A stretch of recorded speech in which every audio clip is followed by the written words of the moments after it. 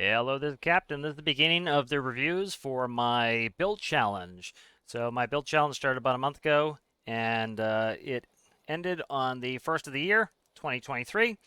And so the build challenge was to build a flight trainer, so a non-complex flight trainer. And so let's go ahead and let's look at the first one. All right, first build here is Turbo Bob's Discount T28 Trojan. So I have a nice thumbnail here. Some really nice pictures. So very cool. It's by Turbo Shark. So Turbo Bob's Bargain Basement Trojan. Welcome to Turbo Bob's Bargain Flight Academy. Here at Turbo Bob's, we have immaculately maintained, top-of-the-line, state-of-the-art training aircraft. What? It looks like someone stole it from a Navy boneyard in the 70s? What are you talking about? Of course we wouldn't do that. Landing gear welded down? It's an approved repair. Hydraulic oil ain't cheap, you know.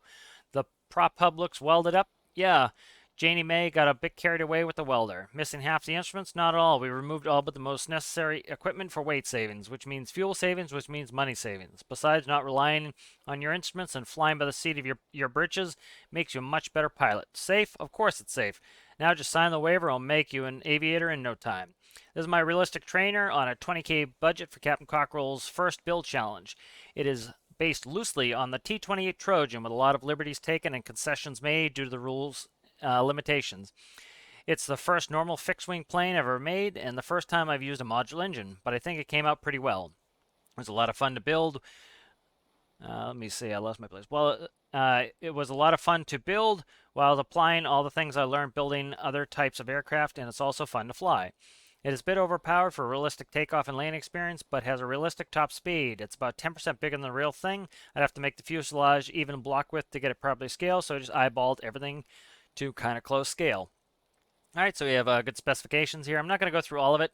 I'm just going to look at some of it. So cruise speed 170. Flight time's a little bit short there, but we'll check it out when we get in there. Range is 120 miles. So the range isn't too bad. A little bit short there, but not terrible. Fuel burn, 22 liters, 6 gallons per minute. Let's see.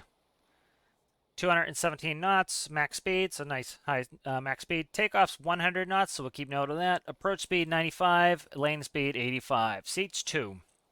Controls 80 WS pitch. 80 is roll, WS pitch. Right, left is yaw and nose wheel steering. Up, down is engine throttle. Space, toe brakes. Flaps up is 1, flaps down is 2. Operation. Caution, aircraft stall speed is around 80 knots. Indicated airspeed. Do not operate the aircraft lower than 90. So good notes here. As well, let's see, lower than 90 knots during normal flight, as heavy maneuvering at less than 90 can cause departure of controlled flight. Note, all control and instruments duplicate in front and back seats. Flight controls are mechanically linked full time. There is no requirement to switch from one seat to the other. So I really like that. As a flight instructor, you should be able to really take control immediately and not have to press a button or something. Note, the Bargain Trojan relies on trim like real aircraft at different throttle and flap settings. The aircraft will pitch forward or aft. Using the Alt key to trim the aircraft is required to correct any continuing pitch rotation. So that's realistic to how it really is. Trim can be very useful in the landing phase. With the correct trim setting, the aircraft will maintain a steady attitude for the entire landing approach. Almost hands off with only minor corrections required. So I like that. That's how a real aircraft flies and how this should as well. The aircraft is aerodynamically stable and will tend towards straight and level in roll and yaw axes, as well as pitch when properly trimmed. It will enter a coordinated turn with roll input with only a small amount of pitch or yaw input required for fine-tuning. So we'll go through these procedures as we actually operate the aircraft, but this is what I like to see. You know, the aircraft can be as complicated as you want, but as long as you have good instructions, it makes it nice and easy. So current issues and bugs, it looks like this one's up here. So canopy sometimes gets stuck. Won't worry about that. That's more of a game issue. Credits, Strunners, throttle sync, Bastosaurus instrument, Zack Attacks, cosmetic radial engine, Edistar's AFR controller, and hopefully I haven't missed anyone. So I'll go ahead and we'll get started here, and I'll keep these up on the other screen. All right, so here we are with the T28 Trojan. So let's take a look at it in the hangar here. So as you can see, the first requirement is that it fits in this hangar. It does. It's spawnable here. So really great work so far on this. I really like the exhaust here. You know, the Trojan had a radial. You know, it showed in the credits this was somebody's aesthetic radial, so that's really nice work there. I like the smoke, simulated smoke coming off there. That's usually the exhaust would come and dirty up right behind where the exhaust was. So nice heater on the wings. Looks good here. Like the canopy looks really good. Really good work on that. So it looks like a fluid hose anchor for fuel there. Looks like faked elevators and a faked rudder. All right, what's this? Cable, so probably external power. We have tie downs underneath, so that's nice to see. Our lights there. Bunch of good XML work here. All right, good. So let's go ahead and we'll jump up and we'll get in there. So let's see if I can get up here without having to no clip. There we go. Okay, good. So that's nice to be able to get up there without no clip. All right, so both canopies fly back. That's nice and slick. I like that. First thing I'm going to do is jump in the rear seat, and I'm going to do some controls. So these might not always work just because you might need power on, but as you can see, I have elevator control. I have aileron control there. And let me just check yaw. All right, so that's from the back seat. Let's look in the back seat really quick here. So RPM, cylinder head temp, mags, engine start, airspeed, a monitor, artificial horizon, attitude indicator, compass ball, altimeter in feet, VSI, 100 feet per minute, fuel, batteries, parking brake, master battery, flaps up and down, cowl flaps, instrument lights, landing, let's see, cowl flaps, instrument lights, landing taxi, nav, strobe, beacon, good. So that was our, that's all fulfilled, engine throttle, and canopy. All right, so good. So that's our flight instructor seat. Let's go ahead and sit in the front. Is where our student's going to sit. So nice to see the H menu filled out. AD roll, WS pitch, left, right, yaw. Up, down is engine throttle. Let's test that out. As you can see, very nice. Space is brakes, flaps 1 and 2. So we'll just hit those really quick. 1 should be all the way up, and there's 2. Okay, so good. So we can, they're incremental. Nice.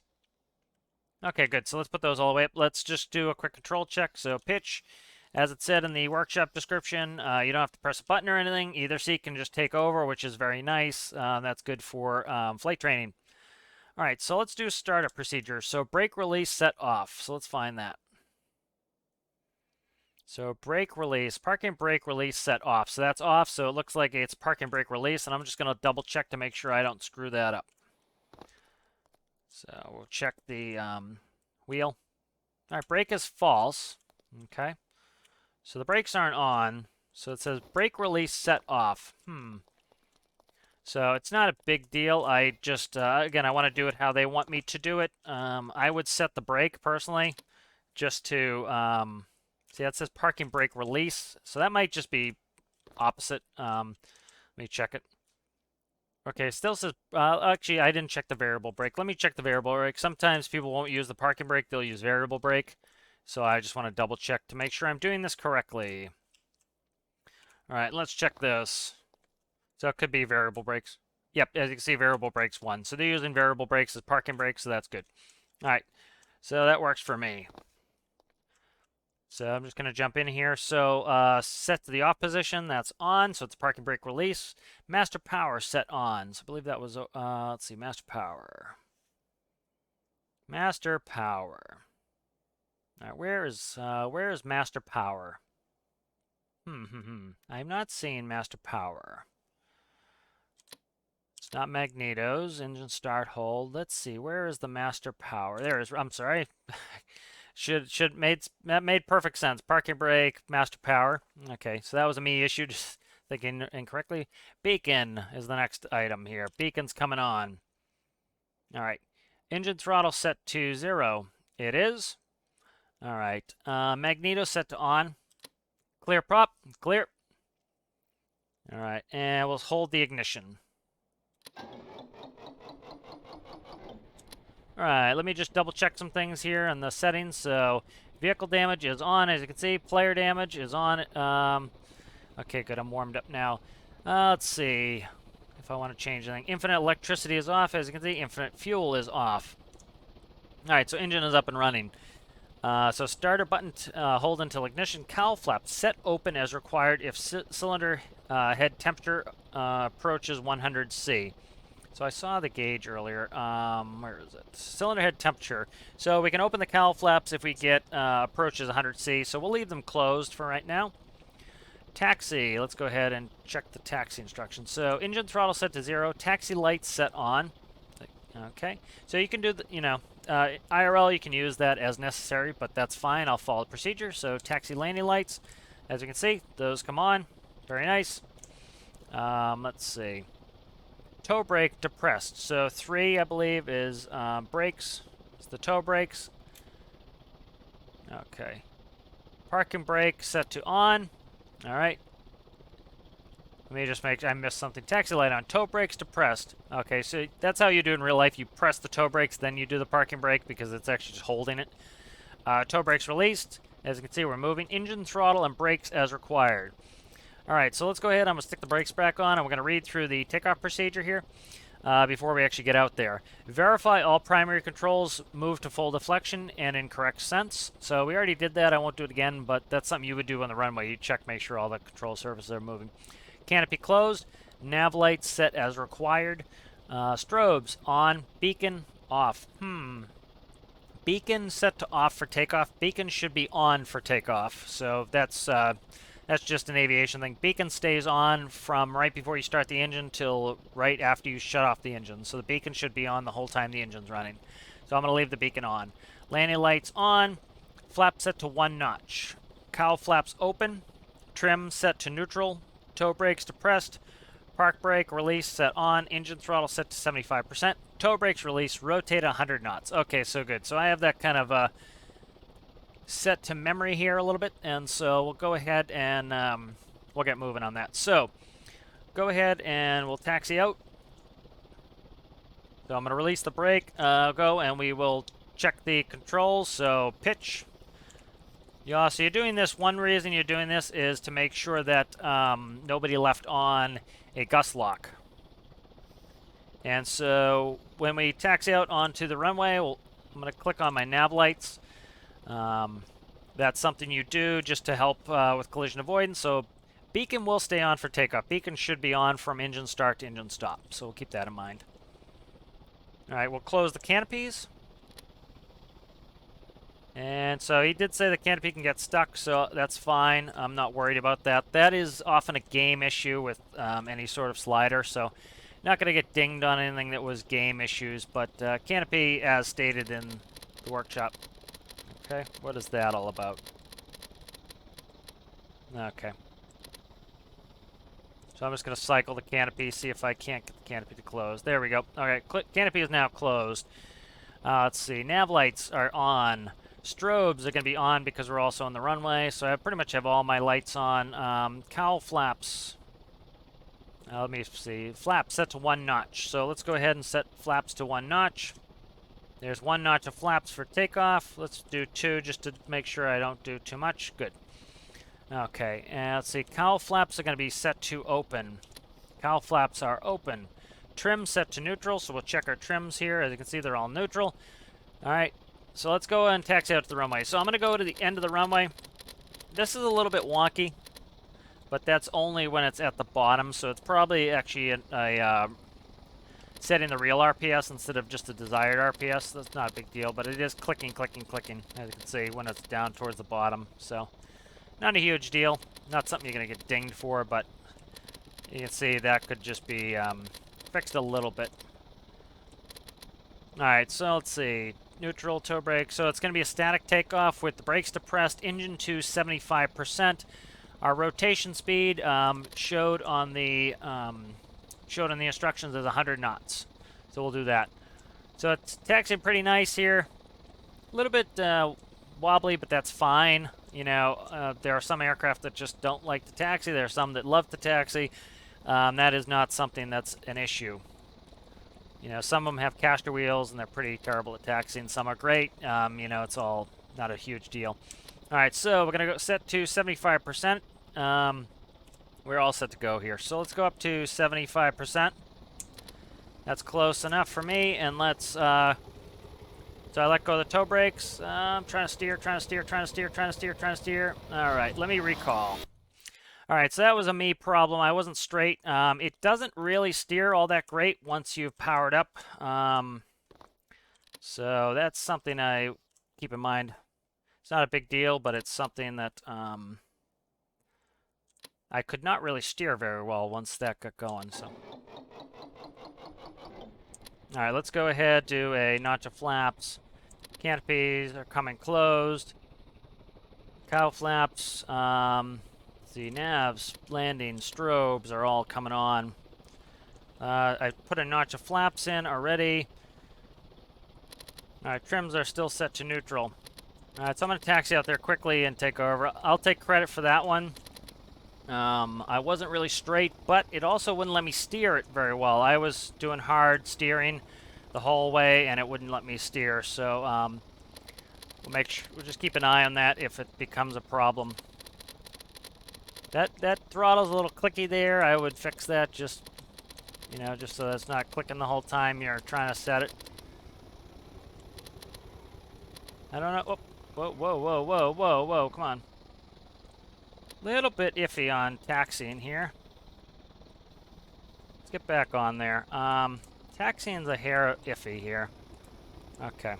It does not like to taxi with the brakes on. Let's put it that way. So I'm not going to do a static takeoff. It does not like to taxi with the brakes on at all. So let's see. We have no... Okay, so it looks like we have no nose wheel steering. It looks like we only have differential braking. That can be an issue in game because, when you're trying to take off, the wheels become very greasy. And so you really struggle to do differential braking sometimes. So I'll keep an eye on that. I'm not going to do a static takeoff. I'm going to do just a regular takeoff here. I'm going to do a rolling takeoff. And we're looking for 100 knots. All right. All right.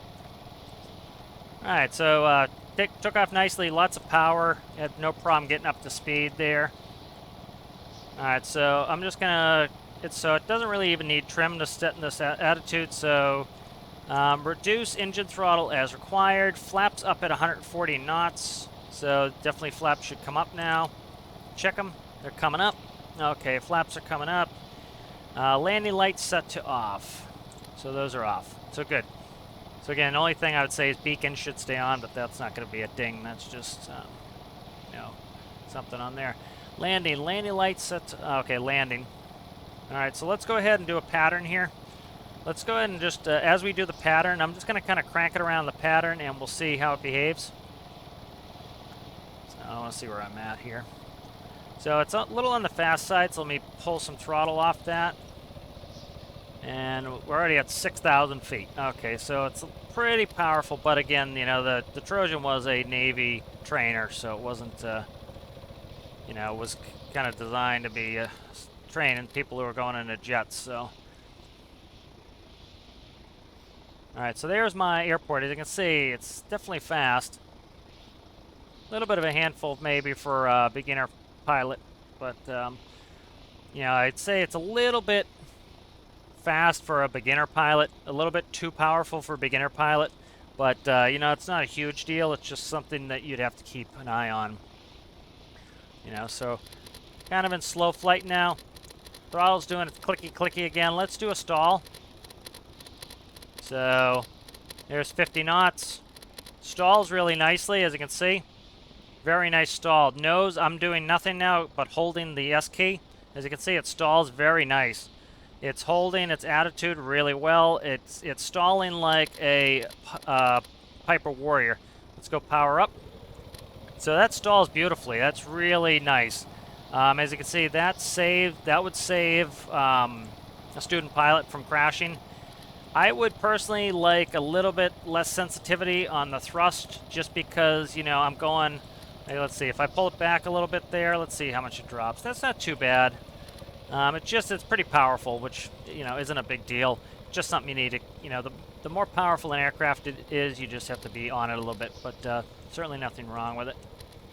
All right, so let's get set up for landing. Landing light is on. All right, landing light's coming back on. Parking brake set to release. Okay, that's good to verify our parking brake. Flap set to 2 notches. So, did I go 3 on that? I can't tell, so. 1, 2. Let me check my attitude here. All right, so that added some drag, so I am trimming. Okay, and what's our altitude? About 1,000 feet, good. All right, so approach, we're gonna come in at 95 knots. We're gonna reduce engine throttle as required for 80 knots at touchdown. Flare, engine set to 0, and toe brakes is required. It's pretty simple. Let's come around. So this has yaw integrated, which is nice. Makes it so that it behaves like a real airplane. You know, you would need a little bit of yaw in a real airplane, you know, single engine propeller, especially because of, you know, the, you get air coming over the rudder, but off the propeller. But, you know, it's nice and easy to fly, and you don't need any yaw really, which you'd want a little bit, but especially with in the game, I kind of like that. So, all right, we're a little fast, so let's slow down just a hair. Let's get down. I need accuracy on my speed, so I want 95 knots for the approach speed. We have that throttle clicking again. All right, so there is 95 knots on the nose. So it's right at this notch, so I can that's nice and convenient. I can kind of keep it on that notch. I will be a little bit more wobbly than I normally am just because I'm trying all these out for the first time. But it's flying well, a little fast, so I like it that that notch lines up with approach speed. That's nice. All right, all the way down the ground and pulling it back. And we'll tap, tap, tap. See, the problem I'm having here is without steerable nose wheel, I'm relying 100% on brakes to get this stopped. So that's something that I'll get a little bit of a ding on that, but see, it's only differential braking. We actually had some of these at the flight school that I worked at. They came in right as I was leaving, so I actually never flew it. But it had a caster nose wheel and only had, it had a caster nose wheel, which is what this would have, is simulating, and it would have differential brakes. You can see how the outside wheel's moving, the inside wheel is not, as I do rudder. The issue with that is we actually had a bunch of crashes, and we had a couple students get very badly injured after I left with this type of setup. And the reason this is a problem is, for that reason, is you land and you're doing differential brakes trying to stop at high speed. So your turning is all with brake. I always recommend have a nose wheel steering on there. So that'll get a little ding on that. It's not a huge deal. You know, this is a great aircraft. I really like it a lot. But that is something that is a problem. You know, that is something that most trainers do not have just differential braking. They have differential braking plus the steering nose wheel. For this very reason is the flight instructors, some of our flight instructors even had tough time landing with that system. And as you can see, the plane spun right around because I can't use the wheel to help steer me. And especially in game, you know, you run into a bigger issue. This clicking throttle I could do without, so this, I would fix that. Like I'm trying to taxi, you know, I want to check maneuverability on the ground, taxiing into the hangar, and that clicky. So not a big deal, but that's just, you know, a tiny little nitpick. Let's go ahead and go through post-landing. So flaps are up. Put the flaps up. Trim is set to neutral. So just set our trim to neutral there. Okay. Landing lights off. Beacons should stay on until the engine shuts off. So that's not, you know, you're not going to get ding points on that, but the beacon should stay on from right before you start the engine till right after you shut the engine off. Beacons should stay on the whole time. Strobe set to off, and nav lights would be as necessary. So at night you'd leave your navs on, and during the day you would shut your navs off. Shut down. Parking brake release set to off. Correct. Okay. Engine throttle set to 0. Let's set it all the way down. All right. All lights set to off. You don't shut the beacon off until you shut the engine off. So I'll leave that on until that's. Cowl flaps are closed. Let's see. Magneto set to off. All right, cowl flap set close. Okay, never mind. I misread that, so that's correct. It was magneto's off, kills the engine. Cowl flap set close, so that was correct. You know, the beacon should not come off until the engine's off. Flaps are already set to full up. Trim is set to neutral. Okay, so shutdown is complete. So I really like this a lot. This is a great aircraft. You know, again, the canopy is having a mood, but that could very well be fixed by, as you see, me getting out of the seat and interacting with it. So that seems to be a game bug. I'm not gonna ding any for that because it's a game bug. Would it be nice if the canopy worked perfectly? Yes. So let's go ahead and let's look at some of the categories and the grading of this. So human factors, things were easy to find. I don't have much to say on that. Let's kind of take a quick look at it really quickly. So the gauges are laid out nicely: attitude, airspeed, altimeter, vertical speed. They're all set up in where they should be. It's called a 6-pack. You have your compass, turn slip there. That's set up nicely and where they should be. Engine RPM and cylinder head temperatures are next to each other. Those are grouped things together. Mags and engine start are together. That's good. Over here we have fuel, battery in volts. So that little flight we use, I'm going to just write this down here for fuel efficiency. So we used, let's see, down to 198 gallons by the time we finish. So we'll figure the fuel efficiency out there. Let's see.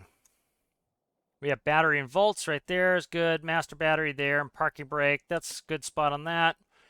Let's see. Flaps are nice and convenient to reach. Cowl flaps and instrument are convenient. All my lights are grouped together, which makes it easy because you'll often go, when you're taking off, you'll have your beacon on, and then you'll go nav, landing, strobes, and you'll go like that for takeoff. So it's nice to have those. So human factors wise, that's really nice. So human factors, I'm going to go ahead and give this a 10. Flight characteristics. This is going to go into, so I'm going to ding this a little on the steering on the ground. And as you saw with the, how I spun 180 degrees, that was really the only gig I had on this for flight characteristics. That, and it's a little bit overpowered, but again, it's not, we're dealing with the game here, so I'm not going to gig it on being a little overpowered. I will drop it a point, so we'll get a 9 on flight characteristics, and that's mostly for that braking issue. By doing differential braking without a steerable nose wheel, like I said, we had students in real life who got very, very seriously injured because of that. And as you can see, that's why is when you're landing, you're trying to use differential braking to keep the aircraft straight on the runway. And especially with the skidding we have in game, that caused me an issue there. And so, I dropped it a point to a 9 on that. Aesthetics is a 10. Really great detailing here. Really beautiful. Looks excellent. Nice detailing all around. I love the checkering. I love the exhaust detailing. That looks fantastic. I like the dihedral on the wings. I like the tie downs are great detail. Really nicely done. I love the canopies. Again, they're designed to glitch through one another with XML, so we have some expectation that they might have issues. I love the numbering. I like the use of the radial in there. So aesthetics, I gave that a 10. Workshop page is a 10. And let's see, fuel efficiency. Let me consult the workshop page here. So the fuel efficiency here, fuel efficiency is a little bit lower than I would like. We're talking 6 gallons per minute. So that's 22 liters a minute. So you're talking, what's that in game? So say $1.50. So you're talking $60 a minute. It only has a cruise time of 37. It started with 222 gallons, so we used, what was that, 24 gallons in that short flight, so a little bit high on that. I'm going to give that an 8 on that. If the other ones are coming up,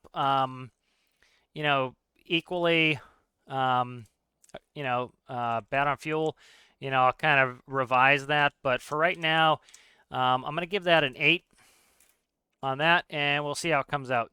So currently it's a, 47, I believe. So I'll total these up. I might change that again depending on what the other ones look like. So excellent aircraft. I really enjoyed this a lot. This is a really great aircraft. All right, so the next aircraft is the CSS XP-02 trainer aircraft. So a thumbnail there. Be nice to see get rid of the frame on there, but that's not a big deal. Go ahead and look through some of the pictures here. Nice pictures on there.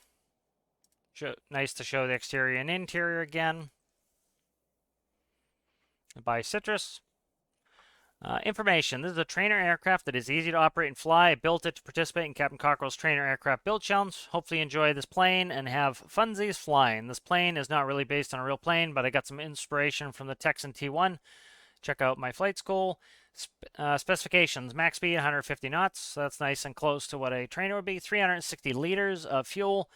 Range 200 to 240 kilometers. Let's see. 2 seats. Just kind of checking some of the things here. All right. So I meant to check the cost on the other one. I will double check that one. But as long as they come underneath the cost, we're good. Button layout. So we'll see that as I get in there. And hopefully all this is labeled as well in there. All right, so this has a trigger. I like to see, you not have to have a trigger, but it's not a big deal either. So, all right, let me just read it all. So AD roll, W is pitch, left, right, yaw, wheel, steering, up, down is throttle. Instructor seat only, trigger, enable, disable, student. Okay, so where's my brakes? I'll have to see if I can find my brakes. Okay, controls I have binded on LM. Okay, heading hold, heaters. Toe brakes, I have this binded on space, both seats. Okay, this is interesting. Trigger enables, disables student. And then space is both seats. Okay, so see the problem is you have the trigger enables and disables student. Well, space is the trigger. So unless you have that on something different. Yeah, see it says I have this binded on left mouse. So, okay. So they did their trigger on a different button. I'm not going to gig them on that, but that's a little weird. That's fine. I tend to like to not so that you can just take over, but that's not a big deal. As long as I can control it from both seats, we're good.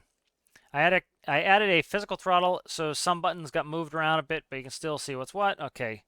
So let's go ahead and we'll save this for going through, and we have credits. So we don't have a lot of instructions here, so I'll read through them really quick. So there are 2 seats in this plane, and for startup, you have to sit in the back seat, which is the seat for the flight instructor. Okay, so you should be, part of the requirement is you're supposed to be able to control this from both seats, so you should be able to take all the control from this.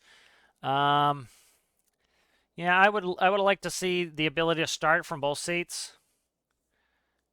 Yeah, so that's not really, when you're doing flight training, you have to go out on solos. So, you will fly with your student and you'll do all your training, and then the student goes out solo and they fly from their seat. You don't make them switch seats. So they would have to be able to start the airplane from the seat. So get a little bit of a hit on that. It's not a huge deal. But I want you to be able to control the airplane, all the functions of the airplane from either seat. So let's look. Enable magnetos, turn key, disable parking brake, set throttle to 0.15 to 0.02 for taxi, takeoff flaps 0.04. When making sure to reset flaps when airborne and cruise throttle. Okay, these instructions are not great. You saw the instructions on the last one. Those are excellent. Going through each phase of flight. With this, I have to try to come up with my own procedures for your airplane. So I'd prefer some better instructions here. Again, you're telling me startup. I have no taxi. I have no takeoff. I have no landing. You saw how the last one had all of those set up. So I know how to fly your aircraft the way you want it. And so if I come in here and I make a mess of flying your aircraft, it's not really my fault because I don't have any instructions on how to do it. And so that's how it is in real life. The airplane tells you exactly how you're supposed to fly it. And if you fly it the way they tell you you're supposed to fly it, it's on them. If you don't give me any instructions and I screw it up, it's on me.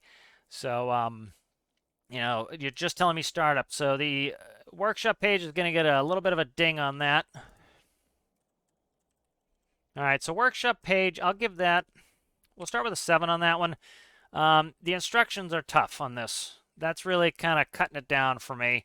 Again, I'll see how the other ones are, and I might adjust some of these scores from that, but that is tough. You saw how great the instructions were in the last one. Each phase of flight, I had instructions. Some of them I disagreed with, but again, that's not a big deal. That's fine.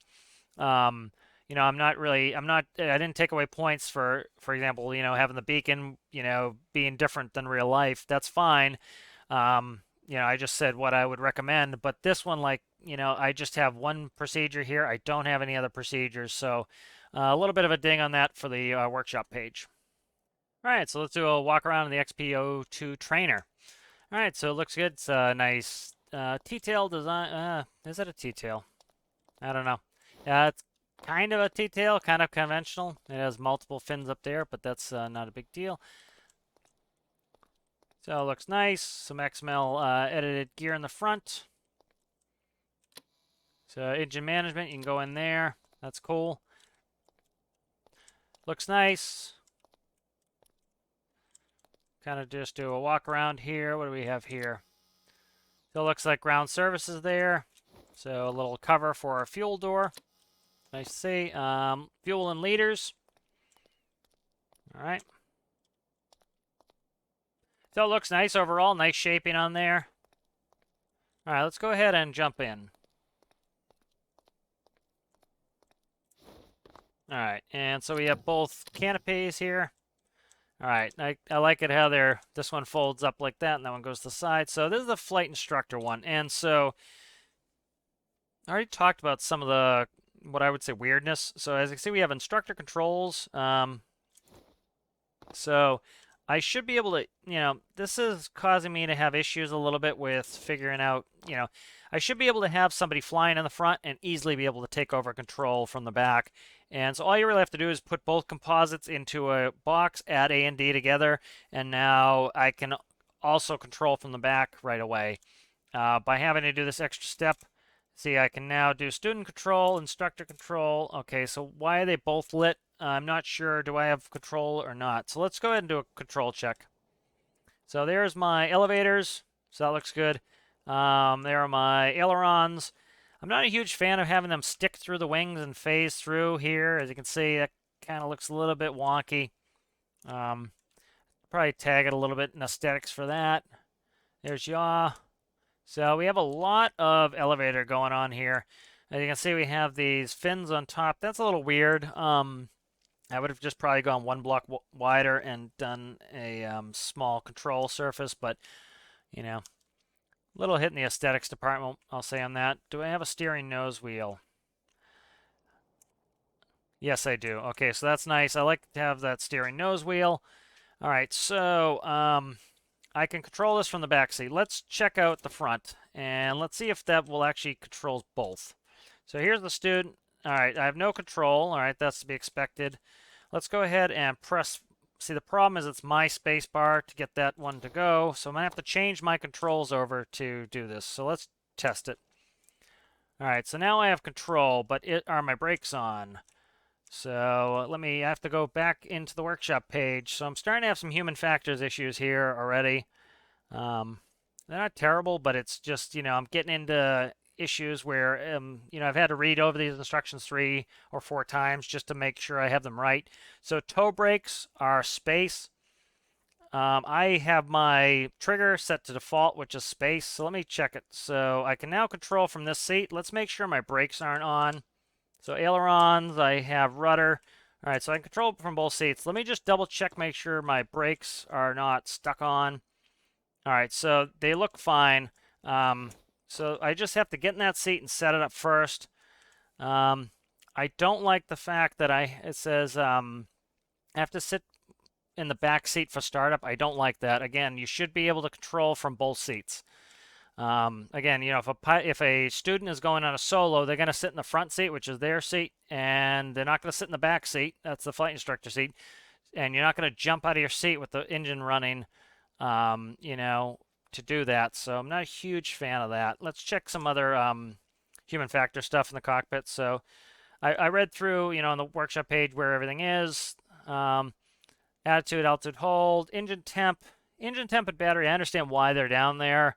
It's a tandem, so you're running out of space. It's a little hard to see them down there. Of course, in real life, you'd never be able to see them, but in real life, you'd be able to wedge them in here, so that's not a big deal. What's that? Rear canopies down there. Electric relay, mags. So these are all reachable. Reset flaps. Okay, good. Strobes, landing taxi. So I can easily get to all these. Gyro, I'm not going to use. Looks nice in here. I like the rudder pedals. All right, good. So let's, we're going to keep it here so it has student control enabled as well. I think my instructor. So I can set both of them up before I start it, but I have to start from the back, which I'm really not a fan of. See, this is empty here. I don't know if you couldn't add a starter there or what, but I would have made it so you could start both.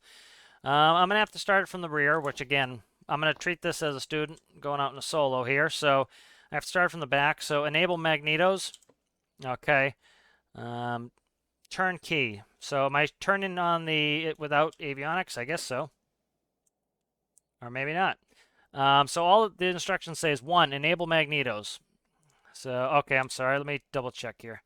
Electrical, I read the other instructions too. So it doesn't say enable electrical. Magneto. Okay. So let's see if it starts. So I'm just going to turn on electrical and avionics. Again, it doesn't say to do that. I'm having to make up my own procedures here to try to figure this out. Throttle is set to 0. Does that need to be up? I don't know. It does not tell me. Can I control the throttle? Yep. Okay. So the engine should come on at idle. If I pull the throttle back and it kills my engine, that's a problem. Okay, I don't know if I'm supposed to shut the key off or leave the key on. So I don't know. So the instructions are definitely lacking. All the instructions say, as I can tell you here again, enable magnetos, turn key, disable parking brake, set throttle to 0.15, 0.02 for taxi. Yeah, so I'm not really thrilled with the way this is set up here. Okay, I'm going to try to go control this from the front because I'm supposed to be controlling this from the front. So let me jump in here. See, everything, I don't know why these are duplicated up here like this. I get it, but do they actually do something? I'm not sure. So it might be an or, so that might be fine. I can't hear the engine at all. So.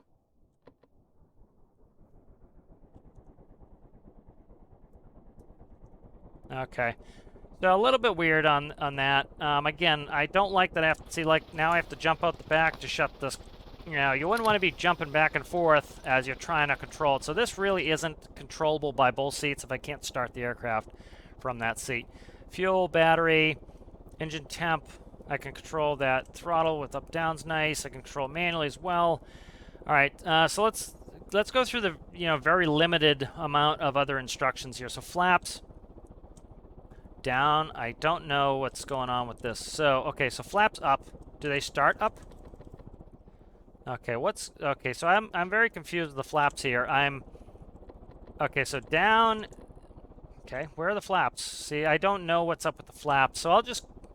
Okay, so it says flaps for takeoff, 0.4.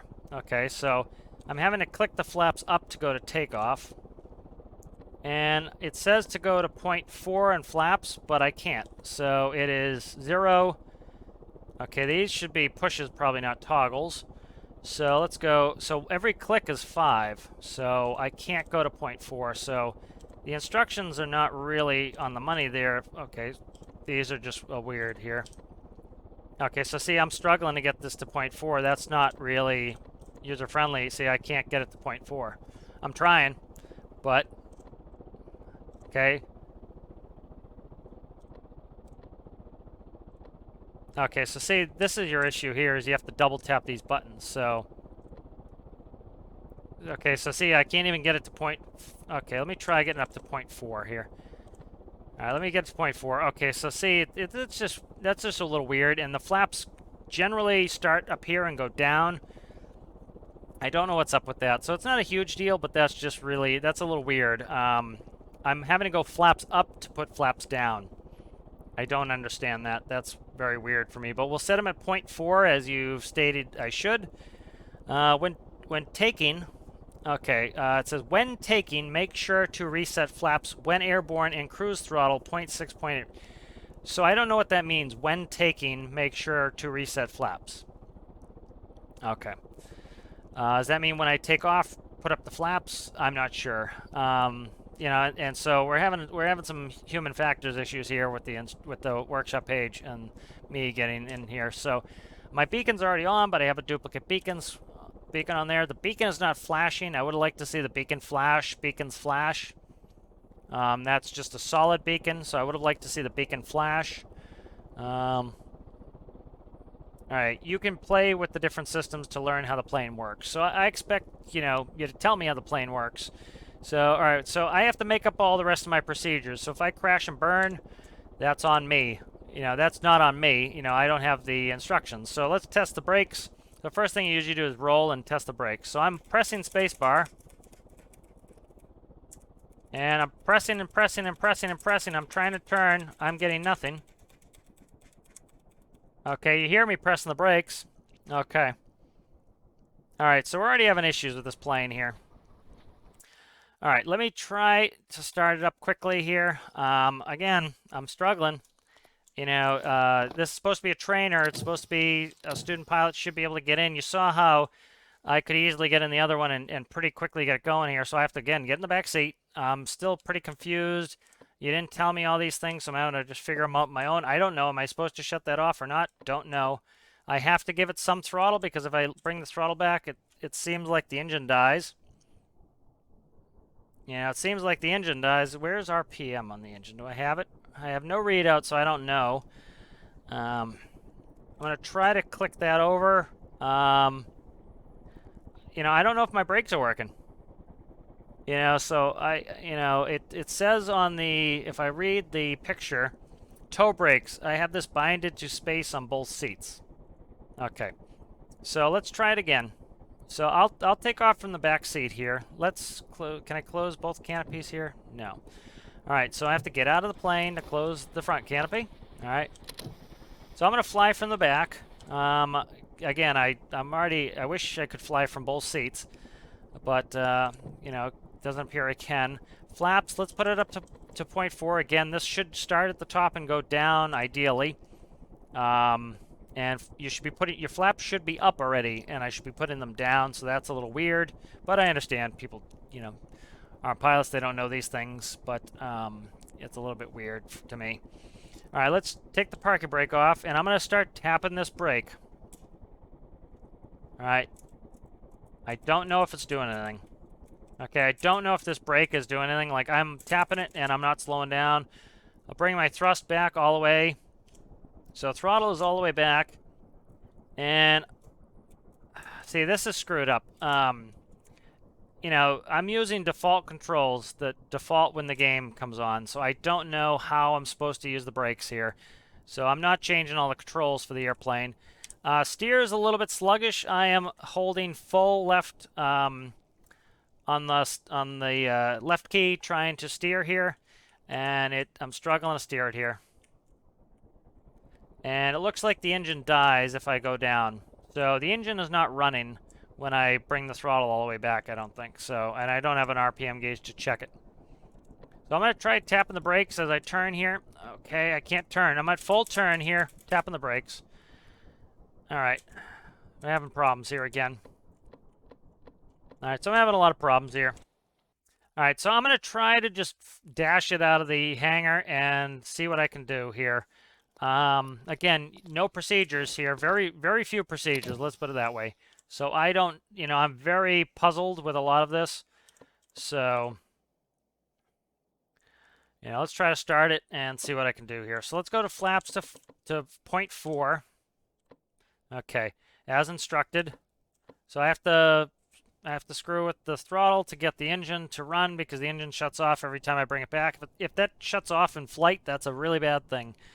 All right, let me try to get out there and try to take off. If I can't take off, I'm going to call it there because I can't steer very well. You know, you saw how, you know, one of the reasons I did captain's flight school before, you know, definitely came out, you know, right around the time that this challenge started was so that you could see, you know, I even did a, I think it was like a 4-hour stream showing my plane. You can kind of see how well mine could taxi. So let's go full throttle, try to get off the ground here. I have no clue what my rotation speed is, so I'll just do a soft field, take off, and see if it works. All right, so we're off, so that's at least good. So let's reset the flaps. I assume that's what I'm supposed to do. I don't know. So it's definitely, so I'm going to take my hands off the controls here. Okay, so as you can see, this is a lot less stable than the last one. Okay, as you can see, I'm barely, so I'll tap A, let go. Tap D and let go. All right, so I'll enable that gyro. You know, so the last plane was very stable. This one with the gyro on, a little bit better, but it's definitely not great. You know, I have my canopy open. Let's shut that. Okay. Okay, so what is going on here? I'm trying to turn here, and I'm banking rolling with a tiny bit of rudder, and I just rolled. So let me get my. I'm losing all my situational awareness here, so I'm gonna have to use a waypoint because I just spun the aircraft. So it's not very stable. This is not, you know, friendly for a new pilot. You know, it's not a good beginner aircraft. A beginner aircraft shouldn't be scaring a seasoned pilot. You know, I'm trying to pitch the nose down here. I'm getting some yawing. So it's not really very friendly for a beginner pilot. And I have no instructions, so I'm having to do this all on my own. So let's go ahead and do a, we'll do a stall. All right, so I'm gonna take the gyro off. I'm gonna fly this. Again, this is supposed to be a nice docile airplane the student pilot can fly, so I'm gonna do it without the gyro. That's a auto hover feature. All right, so I'm gonna bring the thrust back. I have no clue what my approach speed is, so I have to figure it out on my own. I have no clue what my approach flaps are, so I have to figure that out on my own. I'm gonna hold it. All right, we're stalled. Now, if you looked in the last one, in the last aircraft, we had a nice nose-up attitude. Let's try to recover the stall here. Full throttle. I'm going to try to recover my stall. Yeah, so it's a lot less stable than the last one. It's not terrible in a stall, but, you know, I'm already rolling like 90 degrees. You're allowed to go 60 degrees maximum in a general aviation aircraft before it becomes an aerobatic maneuver, and that was 90 degrees. It snapped me, so that's not really great. I don't have any. The only instructions I have is for startup, so I don't know how you want me to land. So I'm gonna just guess full flaps. So that is 100% a guess. All right. All right, and so I'm gonna try to come in here. I have no clue what approach speed you want me at. So you notice the green line goes all the way down there. You know, I have these gauges. I love these. I use these all the time. You can set where the lines are by clicking on the microcontroller. And so I would probably guess that if I go down to right here, the bottom of the green line should be about where I stall. That should be my approach speed. I bet you if I go to the bottom of that line, I'm going to stall. I'll be stalled. You know, I should be able to go to the bottom of that line and not stall. So I'm going to try that. See if I can get down there. All right, I am stalled. Yep, stalled. So that gauge isn't indexed for your speeds. There's no way I can, like, I have full elevator in there. So that's not really working. So I have no clue what my approach speed is going to be. So let's come in around 70 something. Like, my speed's out of control here. Like, I'm tapping throttle. I'm trying to maintain it. You notice how I was able to stay within 1 or 2 knots with the last aircraft? I really liked that a lot. That allowed me to easily fly it. You know, I don't mind flying from the back seat here, but, you know, I can't do startup procedure with the front, you know, and I'm very interested what it's going to be like trying to do brakes on this. I was tapping the brakes, and, you know, I can't switch my control scheme every time I review somebody's build, so, you know, and I don't know exactly what your control scheme you want. It says left mouse button you're using for that, and then space for toe brakes, but I'd have to go through the microcontroller. So let's see if I can land this. I'm very curious about the brakes. So I have no clue what your approach speed, and you notice my speed's been varying by like 15 knots the whole time. Stalled it. Throttle's coming back. Tapping space. Bounced it. All right, so I don't know if the brakes are working right now or not. I have the throttle all the way back. I'm holding spacebar. I've been holding spacebar the whole time. I'm going to try to save it. Trying to save it, trying to save it, trying to save it, trying to save it, trying to save it. Nope. In the drink. All right, so let's go ahead and bring this back. So there are a bunch of issues with this. Let's start going through here. All right, so I'm not trying to be a jerk with this. I'm not trying to be tough with this, but a lot. Oh, I should have checked the fuel. I didn't check the fuel there. I'll look at it in a second here. Let's see. All right, I'll come up with a way to check the fuel in a second here. So let's go ahead and look through this. So human factors on this build. Human factors were really tough. I was incredibly confused. I read the instructions about 3-4 times before I even started the video of going through the airplane. I didn't know, okay, I'm in the back seat. Can I start it? Is the engine started? Is the engine not started? Where's my RPM? Okay, I don't have RPM. So my ability to interact with this aircraft was pretty tough. I'm going to give human factors a 5. Flight characteristics a 5. I was able to come in and land. Airspeed was all over the place. A lot of this was procedures. I have no clue what the procedures were. Aesthetics, I think it looks great. I would say I'll give it an 8. It's got a little bit of weirdness with with that fin there. I'm not a huge fan of this clipping through. It's kind of immersion braking. I like the XML a lot on there. I like the ability to open up the front like this. That's nice. I like that. I like even like the gun barrel sticking out of the prop spinner. Detailing is really nice here. I like it a lot. I like the little logo there, the CS. I like that a lot. Beacon's not really flashing, so that I gave it a little bit of a dink on that. Not a ton. I like the paint scheme. The paint scheme looks great. I'm actually going to upgrade the aesthetics. We'll give that a 9 on aesthetics. Yeah, I'm liking the aesthetics a lot. The only thing I find a little weird is this, but I'm not gonna really, at first I thought this was a T-tail, but it's a standard, and then it has that on top, which I understand. That's not giving you enough pitch, so I'm not gonna give it too much on that. But definitely, I like the look of it. I really like the glass. The canopies look nice. The overall shaping is very nice. I didn't test all the lighting. Let me just double check the lighting, make sure everything's working. So. Let's go beacon, nav, strobe, taxi landing lights, and that's that. Okay. So we have our landing lights. Okay, red should be on the left. That's correct. All right, so we have strobes. That's fine. Generally, they're on the wingtips, but having space issues, that's fine. I have no problem with that. White nav on the tail. Beacon should be flashing. I'm not going to really give it a ding points on that, but looks very nice overall. I like that a lot. Fuel efficiency, I'll have to check out in here in a second. Workshop page. Workshop page is tough, man. I'm going to give that a 6. You saw how great the instructions were in the last one, and you have pretty much one instruction. That really hurt you in human factors. That hurt you in workshop page. I was very puzzled how to get started, and that was tough. So I'm going to go ahead and I need to check fuel efficiency. I'll check that, and we'll come back with that. But, great aircraft, looks great. It could use some work. So thank you for submitting, and we'll move on to the next one. Right, and the next aircraft is the LRM DF-115 Sand Flea. All right, so let's look at some pictures. So, again, I like to see that square gone, but it's not a big deal.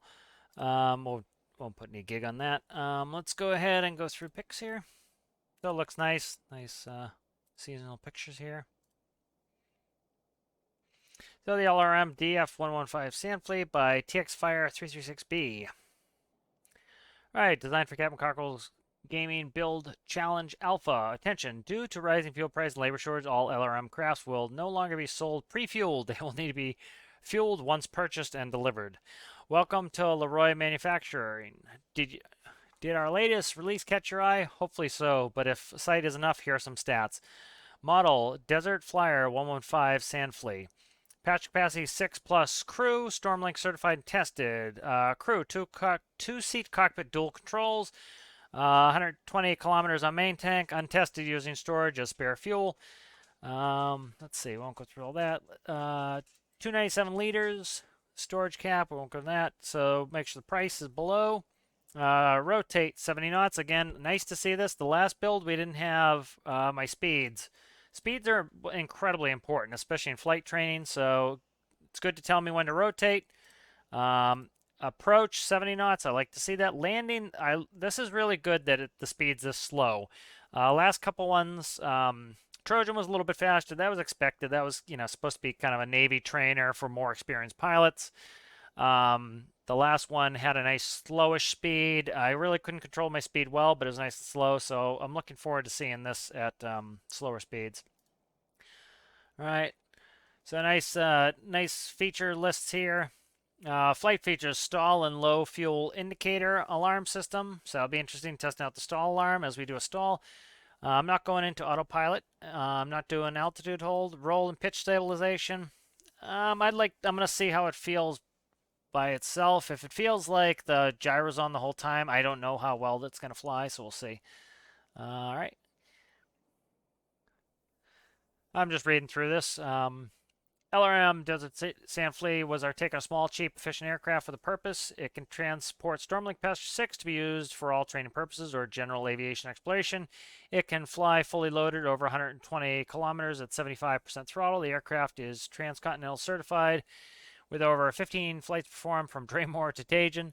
The onboard storage tank can be used to shuttle fuel from airports or a makeshift strip for reserves.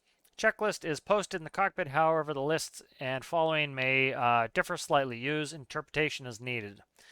All right, so we'll go through this as we do it. So again, this is what I like to see. This is modeled after real procedures. I don't have to guess or mess around. I can just do it. Well, craft is intended to be flown by hand or computer from either seat. We recommend checking trims if swapping seats. That makes sense. Or cycling stabilizers on to on off. A mistrim system may cause bad flight characteristics. So okay, so that's a little weird, but it's a game thing, so I'm not gonna gig anybody for game issues. All right, so here's the Sand Flea. So let's take a look. So we'll start with a walk around. So a little bit, aesthetics-wise, a little bit cartoony, just with huge spotlights and a lot of drag. I would say it's oversized for a training aircraft. I don't know how well it fits the spirit of the build, being a 6-seat aircraft. But a little bit on the big side. But I'm not going to really gank it a lot of points on that. All right, let's go ahead and let's check in here. So it looks like fuel in there. What's that say? Diesel fuel only. That's nice. A little bit of detailing. To enter, open hatch, grab handle on ceiling. Okay. Hold control when eye leveling with top of hatch, swing in. Okay. Hold control, eye level, swing in. Okay, so this looks like avionics bay. That's interesting that you can go in there. Maybe put some bags in there as well. What's that? See something there. Okay. All right, so let's go ahead and board this craft. What is this one? That's the storage tank. Okay, good. Well labeled. We also have cockpit door there. Engine access. All right. So we have a hose going from there. Okay. Let's see. What is that? Okay, so if I leave that open, I can hand crank it. Okay. Let's go ahead and go in. All right, so 6 passenger capacity in there. All right, so let's go ahead. Again, what I'm really interested in is in the training element of this. So let's go ahead and let's look at the startup procedure. So fuel aircraft before flight. So that's something I'm going to have to do here. Okay. Let's see. So we'll have to get going here on that. So let's go ahead and where are we at? Fuel hose anchor. All right, so that's a pain. Let's pump out. Let's fuel it first. So we'll see how this does. Often this hose will drag it over there, but let's see if I'm filling it up here. All right. Let's see what's up with this. I didn't turn the pump on, probably. Pumping out. Okay. Why is it not taking? Because I'm on the wrong one. Okay, there we go. All right, a little bit of extra work for me, but not a big deal. It's filling fast, so I'm not really worried. I'm not bothered by that. So we used to have to fill our own plane, so I have filled many a plane over my years. So that's in there. All right, good. So fuel aircraft before flight. All right, let's get in there now and let's get started. All right, turn master power on. So there were not any pictures on here on the workshop labeled as far as I can see. I'm looking through them again so that I'm correct. I do not see any pictures on there, so I'm going to have to find it. Not a big deal, but again, if I struggle to find these things, that will factor into human factors. So let's look. Door, stall, silence alarm, fuel alarm, what is that? Auto starter, disable for hand cranking, okay. Master power, right here. Silent stall alarms. Okay. Set seat control with key. Okay, so again, I prefer it where if I can just manually control from both seats, so let's test it. Okay, set seat control with key, so I have to find that. And where is key? Key. Okay, where's the key? There's this stabilizer circuit. What's that? It's right seat controls. Okay. So I'm in the left seat right now. Right seat controls. Okay, let me try. Okay, so that's weird. Okay, so this seems backwards. All right. What is going on here? Why are these sagging down? All right. That's weird to me. These are sagging down, so like if I press S, okay. So why are my elevators on my wings? So I don't know. We'll see how it flies. If it flies all right, that's fine. It's unconventional. Let's put it that way. Let's do a roll. Wow, that's gonna be overly sensitive, I imagine. That is the correct way. Let's do yaw. Okay. And so, see, I have right seat controls on, but I'm in the left seat, so I don't get that. Let's test this. So I can't control it from here, so that's a mislabel. So now if I'm in the right seat and right seat controls are not on, that's backwards, it appears. And again, I should be able to take control of this immediately as flight instructor, so I don't want to have to flick keys. You know, if I was flying with one of you guys and there was an emergency, I needed to be able to just like quickly press the S key to go over a mountain, not where's my key button and then do it. So, you know, it's a little bit of a human factors issue on that. All right, set seat control with key. If hand cranking, we're not. Turn engine key on. Auto starter will engage if not hand cranking. Okay.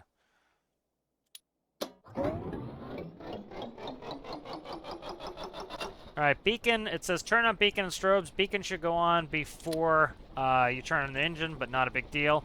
We have a flashing beacon. Where are my strobes?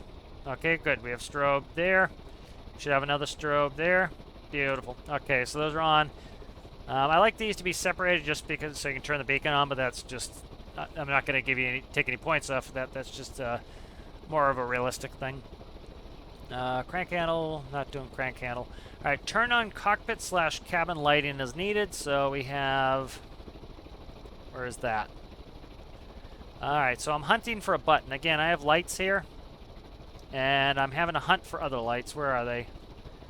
Okay, so I'm looking around. Where are we at? Brakes there, cabin climate, cockpit lighting. Okay, I don't mind that. That's all right to be up there. That's fine. Okay, so that's fine. I'm not going to take any points off for that or anything. Enable cabin climate control. So cabin climate control. So these are actually logically put up together. All that stuff. That's fun. Having a seatbelt indicator. I like that.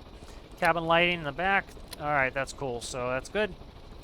Perform a control surface check. Verify trim settings. So trims are, I already have a 25 in there. That's why it's like that. I'm going to take that out. I'll wait. I'll see if they want me to take it out. It's kind of a little weird having to start with it all trimmed out, but it might need it. We'll see. So we'll do a control check. I already did it. I'll do another one because I switched seats and that's labeled backwards. So Let's see if I have, okay, I have nose wheel steering, which is nice. Release park brake and taxi out, use lights as needed. Okay. All right, so let's release the parking brake. A little bit, you know, aesthetically in here, I preferred the other ones. They're a little bit more cartoony. You know, I prefer the look of the other ones a little bit better. Just, you know, I like a little bit more realistic. It's a little bit more cartoony, but there's nothing wrong with that. All right, so I'll read through the takeoff procedure. So I'm actually able to taxi this one pretty well. This one's taxiing pretty good. I don't know where my brakes are. Let me tap spacebar. I don't know if spacebar is brakes. Is down brakes. I don't know where my brakes are. So do I not have brakes? Do I not have brakes is the question. Let's see.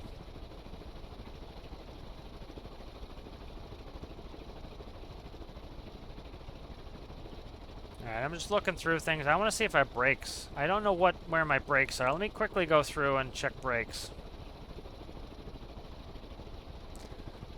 Okay, it says apply throttle / brakes / rudder on taxi off runway. I don't know where my brakes are. So generally, you know, I don't mind what you use for brakes, but I don't know what you use them for brakes. So that's kind of, that's interesting. So we'll see if I can get stopped. I kind of want to test the brakes out to see if I can do them. So let's do this. I can't, it's tough for me to test them out. Let's bring it back in the workshop really quick. I want to see what I have for brakes here. All right, so I have brakes, variable brakes here. Okay, so that's throttle out. I have it on my nose wheel, which is fine. Let's see. So right here, again, I'm having to find this in here. I should be able to see it on the checklists. So let me go in here. Let me check brakes. Again, we've been having some brake issues with all these planes. You know, brakes are one of the most important things ever, and I don't know what I have for brakes. Okay. What's the story here? All right, I'm confused again here. So it looks like...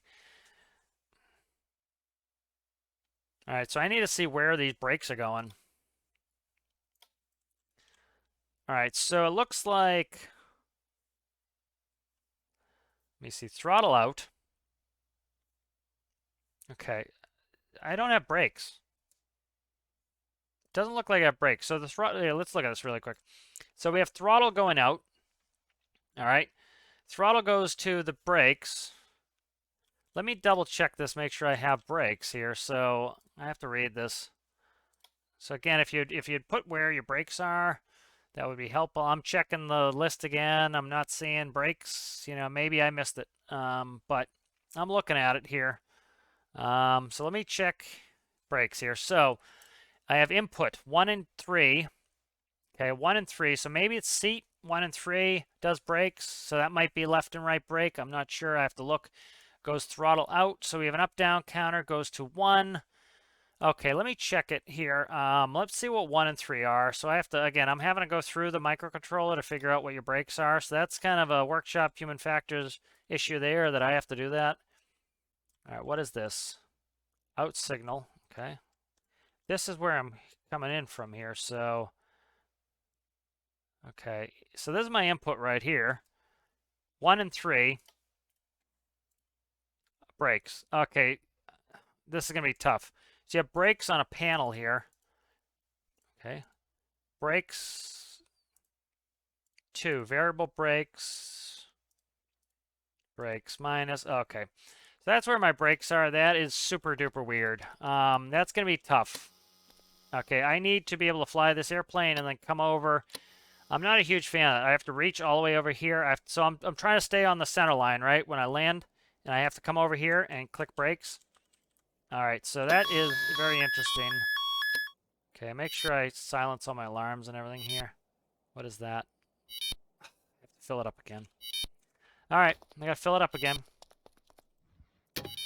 All right, so I'm having some workshop issues here. I have to figure this all out, and I have to fill it back up again.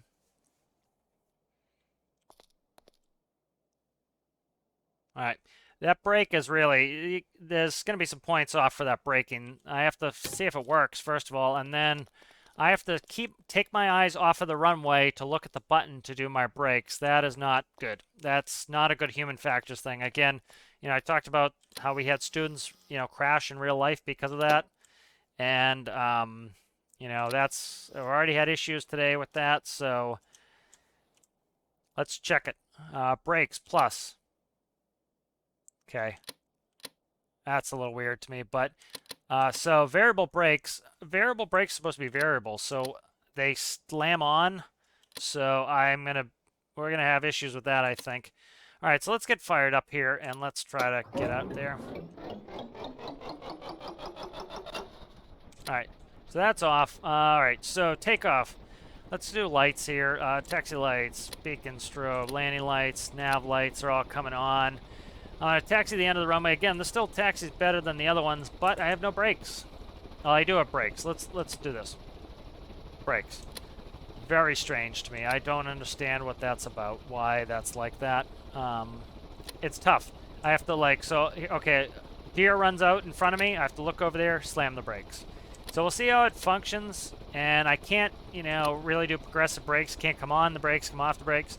For example, the way I tend to do my brakes is spacebar on a non-military aircraft because I use that to fire weapons.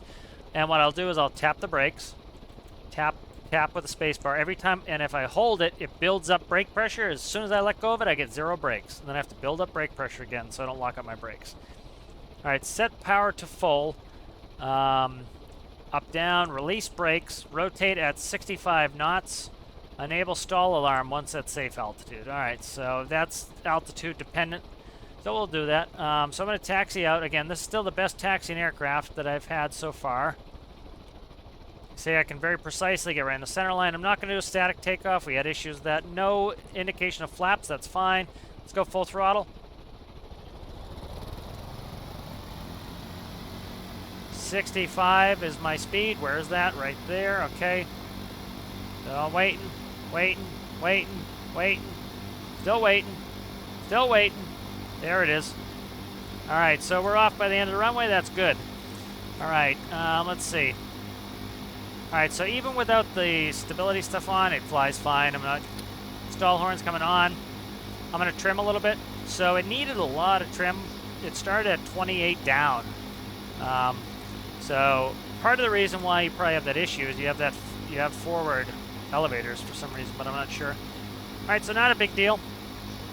So I started doing a fuel thing here. I'm going to do it on this one. So we're full throttle. Where's my fuel and liters? All right, so I'm going to do the test. I went back and tested the last two this way. It's not going to be perfect. I'm just trying to get a range. So what are we looking at there? 280.69. So I'll write that down. 280.69. And I'm going to time it over 10 seconds.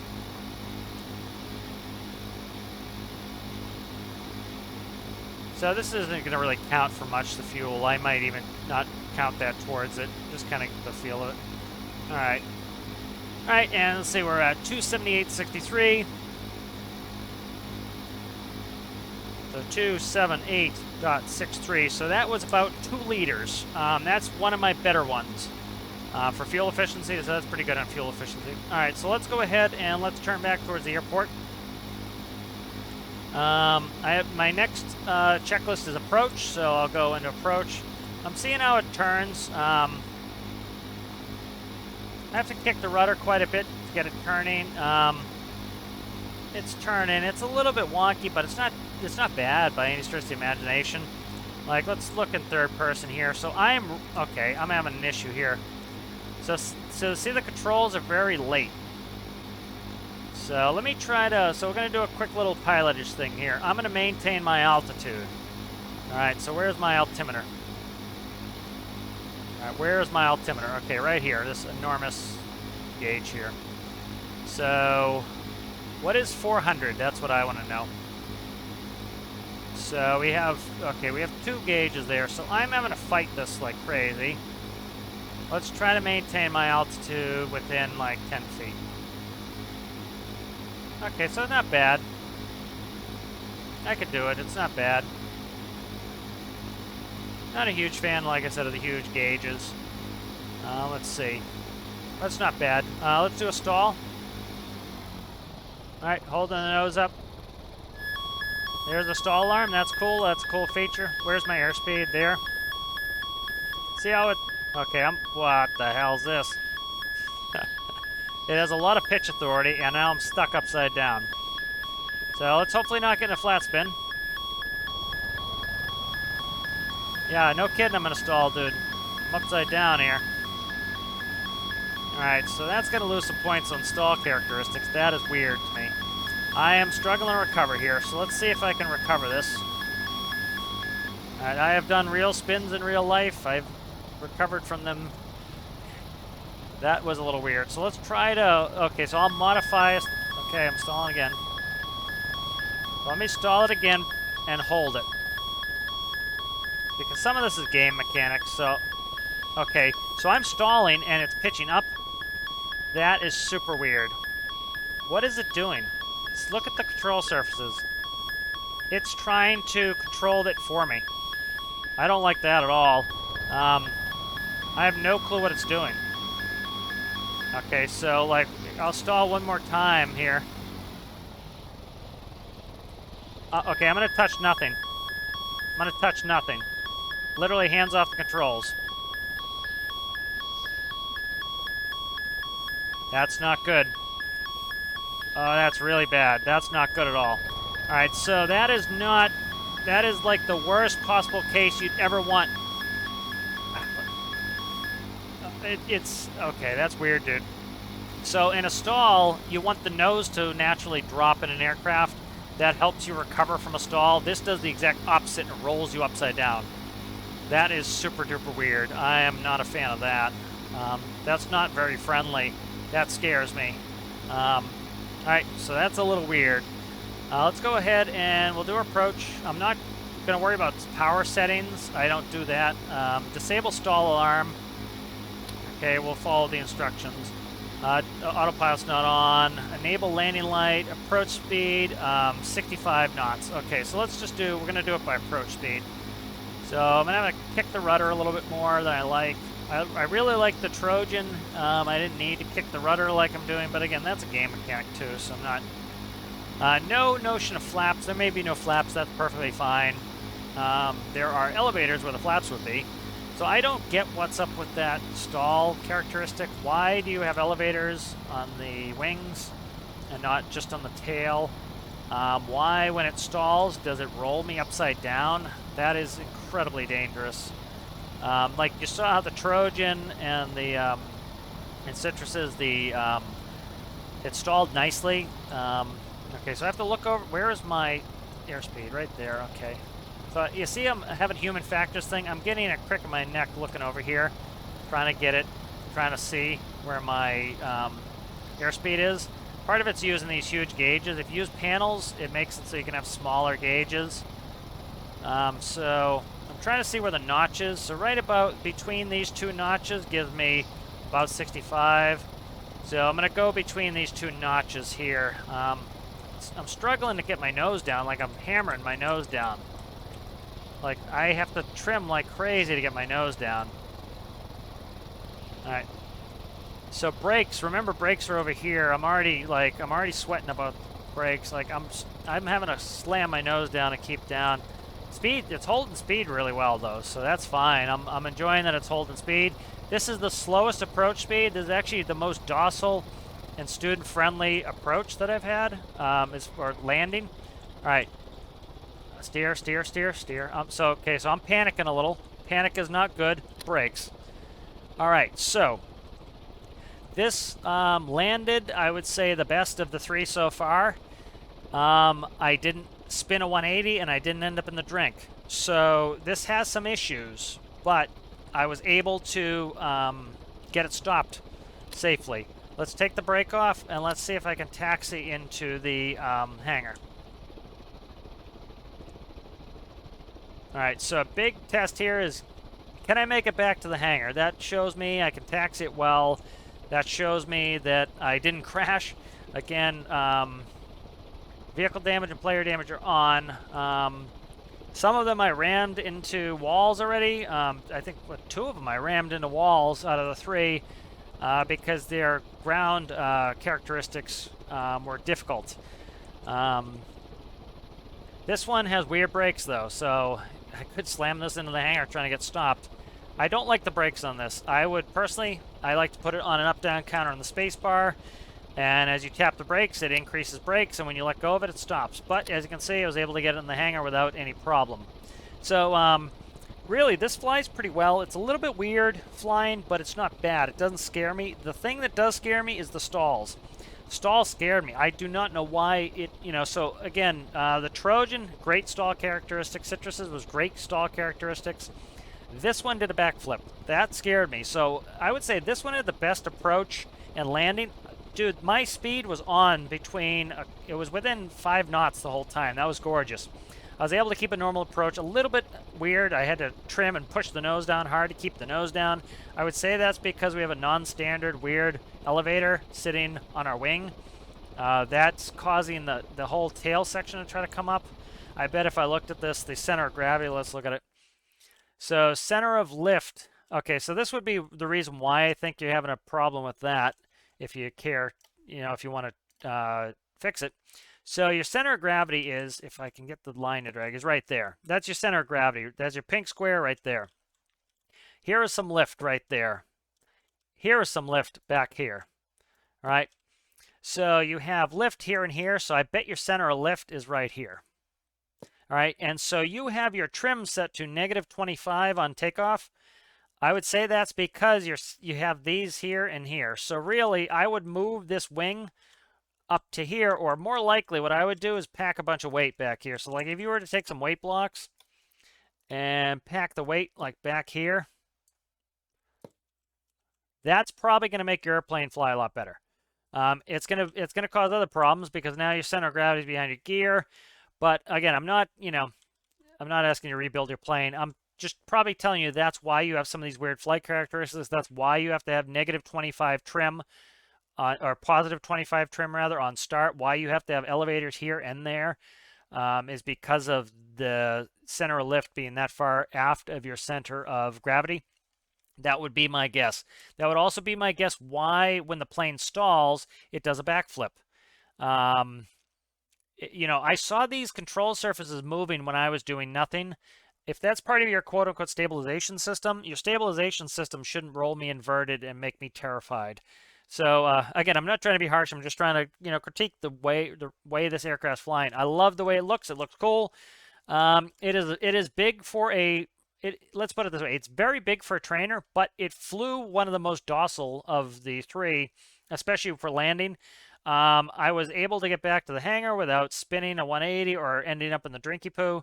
So that's definitely get some points on that. So let's go ahead and let's kind of talk about some of the points on this one and where I'm at with that. So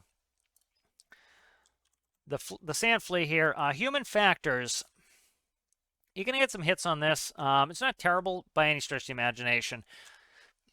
It was a little bit of annoyance that I had to fill it up, but it's not. You're not going to lose any points on that. That wasn't a big deal. Coming in here, certainly not going to lose any points on lighting or anything like that.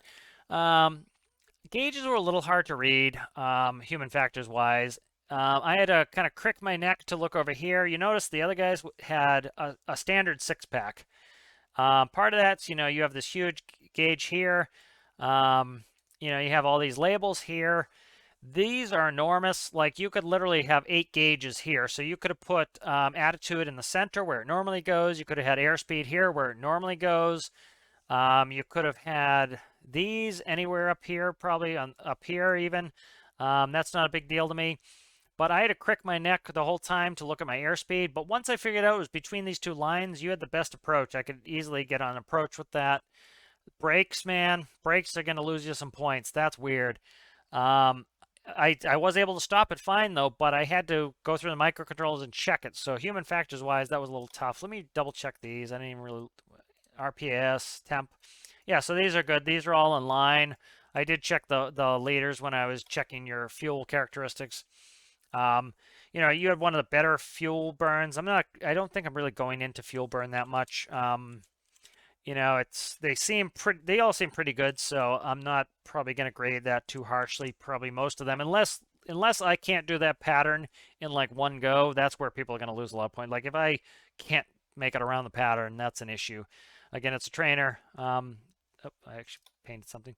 Human factors wise, that's an issue there. What is this panel? I'm not even sure that is. Okay, stall warning. Yeah, those are yelling at me. I remember those.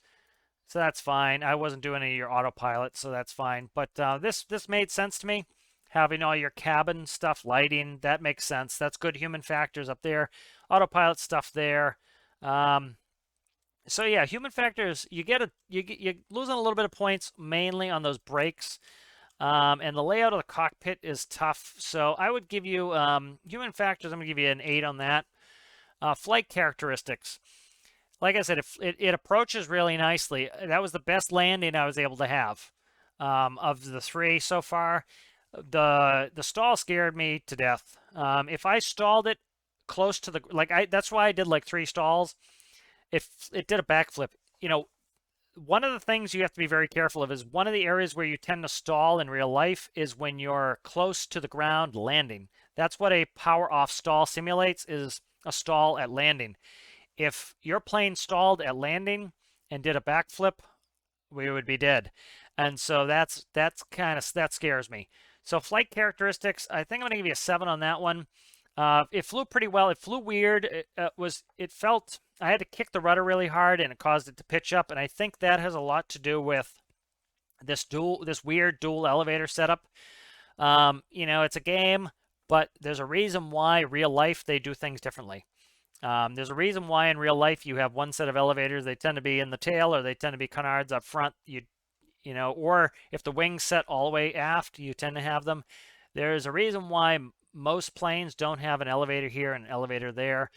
And so that was part of your flight characteristic problem. Aesthetics, I think the other ones, they looked better. You know, I don't think there's anything wrong with this. I kind of think it's cute, and I like it. It kind of has like a beaver look to it. I like that. I think you lose some aesthetic points on the cockpit. These big, huge gauges makes me feel a little bit like I'm in a cartoon, which isn't a bad thing. You know, I love some of the cartoon themed things people make, but it's a little cartoony. You'll lose a couple points on that, but it's not bad by any stretch of the imagination. So I'll give that an 8 on aesthetics. I'll give it a 7, I think, on aesthetics. Workshop page. Your workshop page was definitely better than the last one. Let me just bring it up. I like to look at it as I'm going here. Workshop page is good. You know, you have some nice pictures on there. You tried to sell it to me, which was nice. You know, you did mention a couple times that I had to fuel it. Again, I would have rather not have to, but it's not a deal breaker. As you can see, it's what's that? Look at your price. Oh, never mind. I'm sorry. That's my fault. Let's open it up. That's my fault. That's from me adding weight blocks. Disregard me. That's my fault. Let's find it. Yep, that's good. 19,927. So that's perfect. That's within. You had a great approach and landing speed of 70. That was really good. I was at 65 knots the whole way in, and it landed beautifully. Really did. That was a huge selling point for this for me. Was really good. That got you. That saved you a lot of points that you lost in the stall. Good instructions. The layout's a little bit iffy, like I said, but the workshop page, going back through the workshop page is great. Yeah, I'm looking. Yeah, you don't have any credits on there, so I hope everything on there was built by you. So yeah, I like your workshop page. Your workshop page is what it should be. You know, I'll give that I'd say a 9 on your workshop page. So great aircraft. The only thing that I would say was really weird was the stall. Other than that, it's a good aircraft, and it felt like a good trainer. I thought it might be a little weird being this big, but it felt great as a trainer. And the only thing that scared me to death was the stall. And the whole time I was coming in to land, I was white knuckling, afraid that I was going to do that backflip while I was landing. So I would try to get that under control. But great aircraft, and I really enjoyed flying it.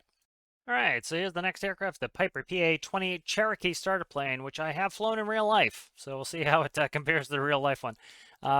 Really like the picture there. Don't get sued by Piper, please. Good looking thumbnail there.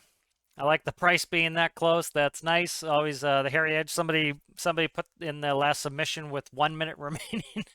um, Nice pictures here. I really love the look of this one. This was one of the ones that kind of struck me. The aesthetics of it looked really good. This is from Mr.G. Mr.G Aero Collection. So intro. This Piper PA-28 Cherokee that I chose to replicate in game is based directly on its real-life counterpart, but is intended for ease of use within Stormworks as a starter plane. It functions as a general aviation trainer and was created for Captain Cockrell's first challenge in his Discord. It is modified as well from the real example by including a door on both sides of the cabin and a fuel tank selector system that is easier to use. Both things that I wish you would call Piper and tell them they should have done decades ago. Both are benefits that I saw as fit. Includes 4 seats, 130 knot top speed. That's realistic. I like to see that. 4 seats, also realistic. I like to see that. Under 20K price, that not so much anymore. These are probably going for 400 or 500 grand at this point. And some luxuries such as cabin heater. They had heaters in the other ones. They weren't great, and you had to worry about passing out if you got too much exhaust fumes in there. But they would heat like crazy. So let's go through this. I like to see this. This is always nice. Stall indicator, nav lights, landing taxi lights, turn coordinator, heading indicator, artificial horizon, clock. Let's go. Airspeed, VSI, PB, I'm not sure. PB indicator, we'll check that. Throttle, heater, cockpit dome light, PB indicator, starter, magneto, compass rather. Let's see. We have some cross stuff here. So master, avionics, strobes, anti-collision lights. Let's see. Fuel pump, mags, left and right fuel selector, RPS temp, left and right fuel levels, flaps in degrees. I like to see in degrees. Up and down for the flaps, battery. So that's very nice to see. I like to see that. You know, there's no, so this is a good insurance for your build. If you put something like this and I screw up and hit the wrong button, it's my fault. If you give me nothing, it is not my fault. This looks like the actual checklist on every plane I've ever flown. It's always master power, on, parking brake, set, fuel selector, So this brings back memories, so I like that. That's really good, so I enjoy that. So we'll go over that. Reference sheet, good.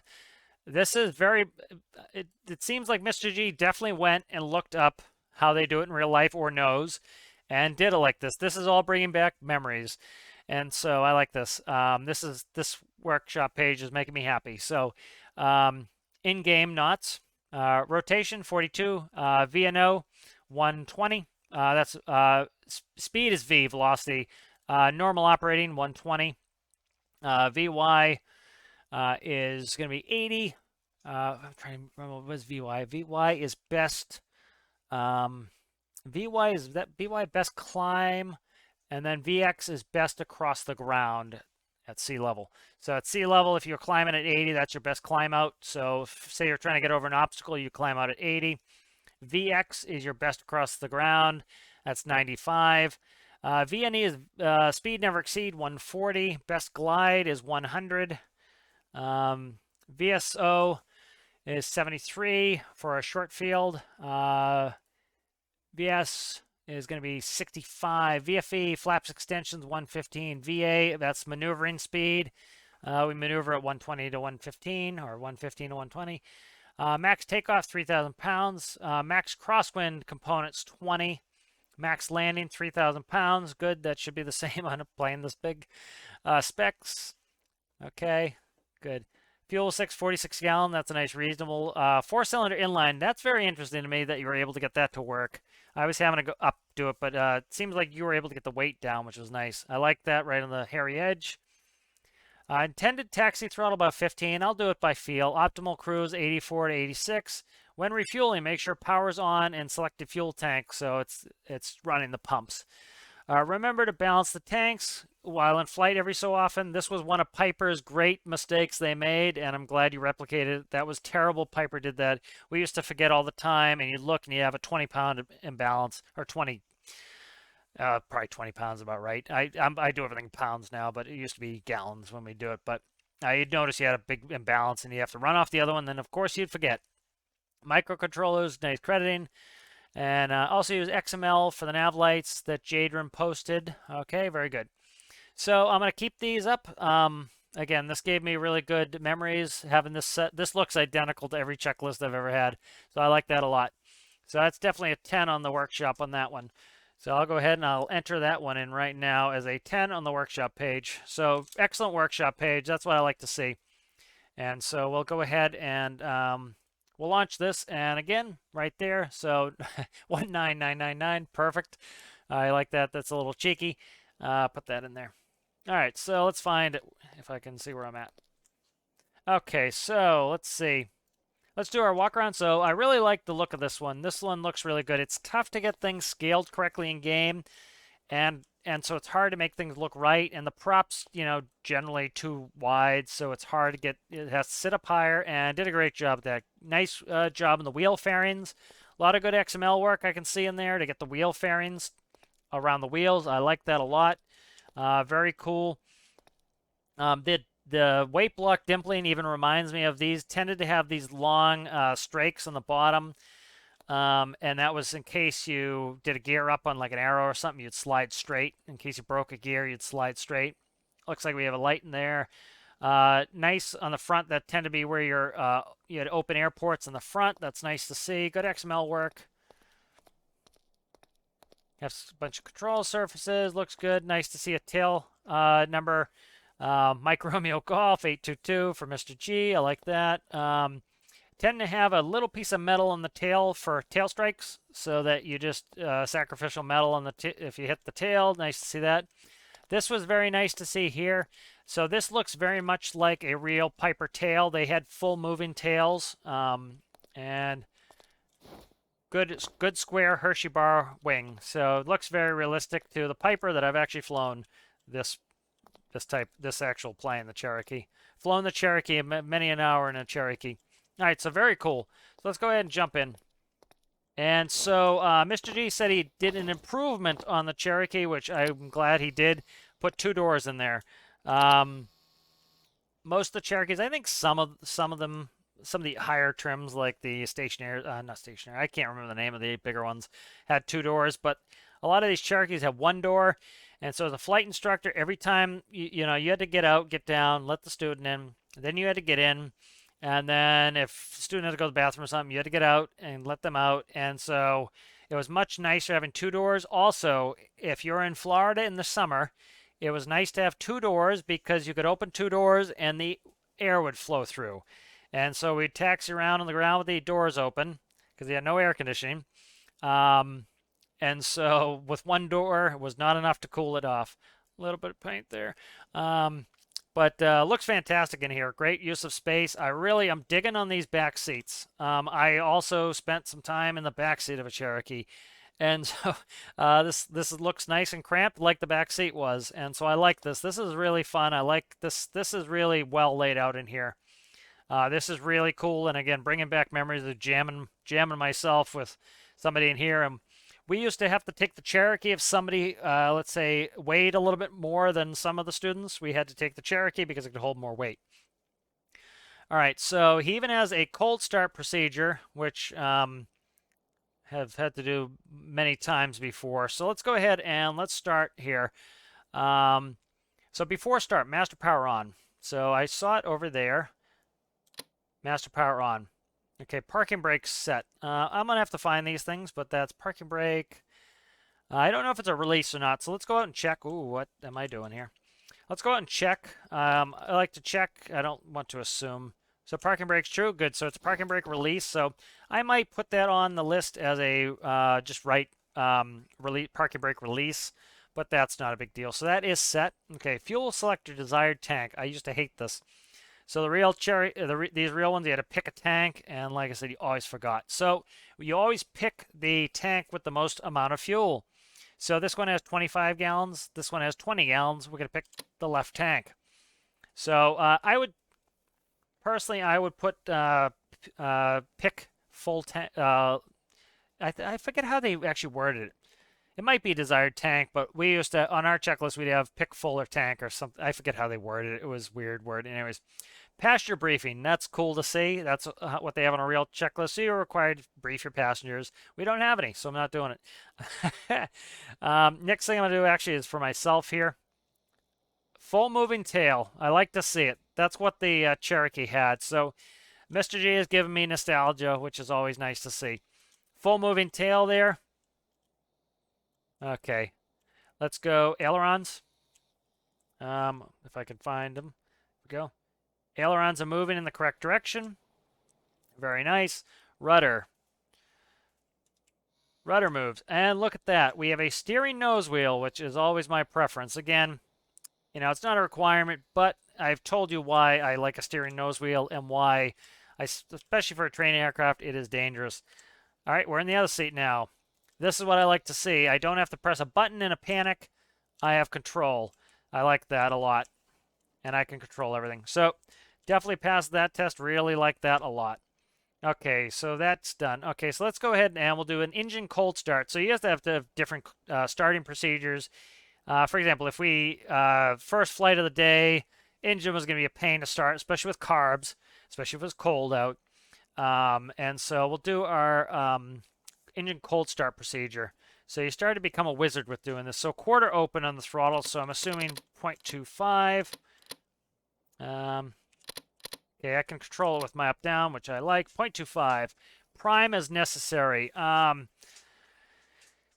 Generally, I think we'd have to prime the mixture, so you push the mixture in and out. We're not going to bother with that. I don't think we don't have a primer.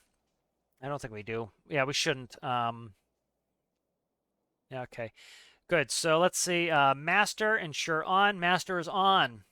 Anti-collision lights are on. So we're going to go, where is beacon? Anti-collision lights, that's fine. Sometimes they're called anti-collision. Sometimes it just says beacon. But there's our anti-collision. Nice beacon on there. Very nice. Okay. Electric fuel pump is on. I can hear the noise in my head. It goes, which you get quite used to after a while. Magneto toggle on. So let's find it. Starter, avionics, magneto. Okay. Propeller clear. Clear prop. Generally, I'd be sitting over there yelling it. Okay, starter. Clockwise, press to engage. Okay. Throttle adjust. Okay, we'll do that. So often the plane, especially on a cold start, you had to give it a little more fuel sometimes, and it would jump on you, and then you have to pull it back, and the students would panic. A little bit of a stall there. Like to see no stall in that, but it's not a big deal. It auto restarts, so that's fine. All right, so engine cold start's done. So let's go ahead. Oh, maybe I was wrong. Maybe fuel selector was fullest tank on takeoff, but I can't always recall. So he has that, so that is very nice. So before takeoff, fuel selector fullest tank. That's the fullest tank. We're on a left tank. Beautiful.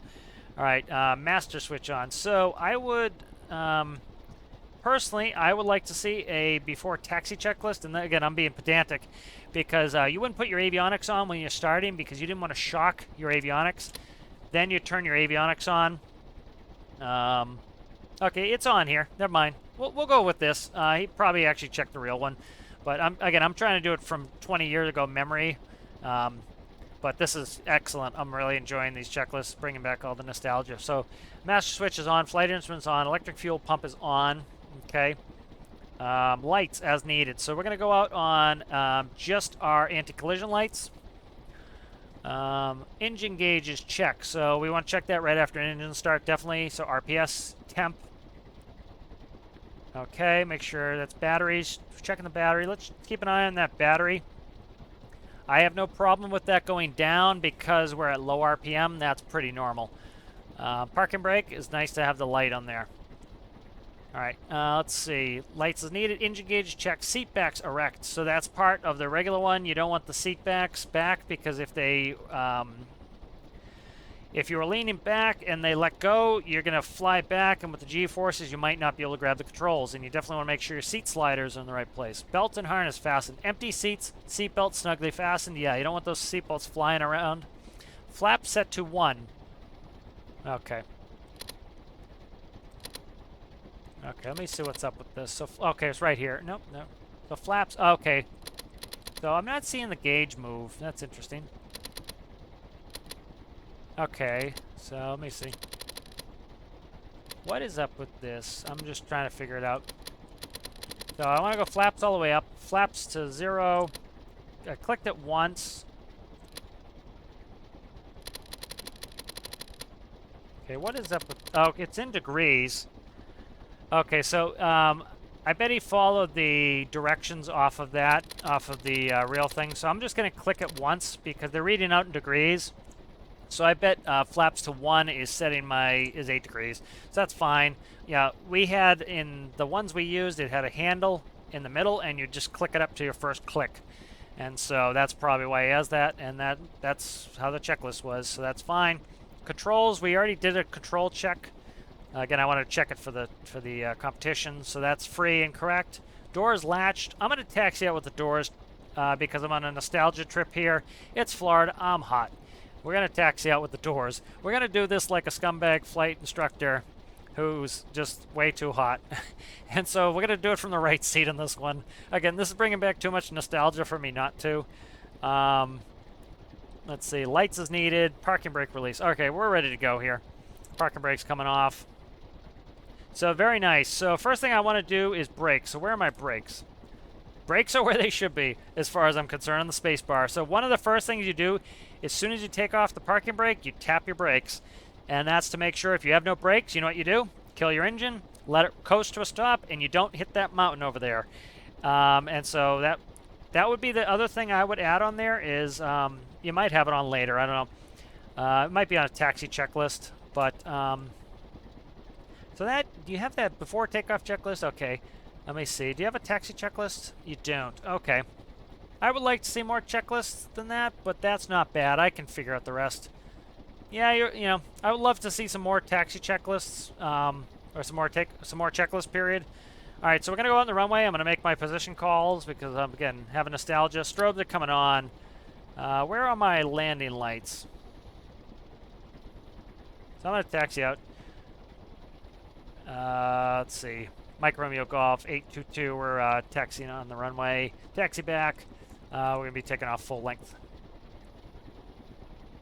All right, and so I'm trying to find. I'm in this seat now. Okay, there they are, right there. So we do nav lights on the runway as well. Landing taxi lights, and so we light ourselves up like a Christmas tree when we're out in the runway, just so we don't get run over. Red's on the correct side. Oh, and that's cool. So these are multi-functions. So that's a nice touch. As you notice, the nav lights are also acting as our strobes. I think you actually have some planes that do this. This is also behaving just like the plane. They actually like, because you see how short the wheelbase is, they'll actually kind of like kick the ass up when you tap brakes. All right, so see how precisely I can get this. So this is now my new Taxi King. This is taxiing best of all. I really like those nav lights. Those are slick.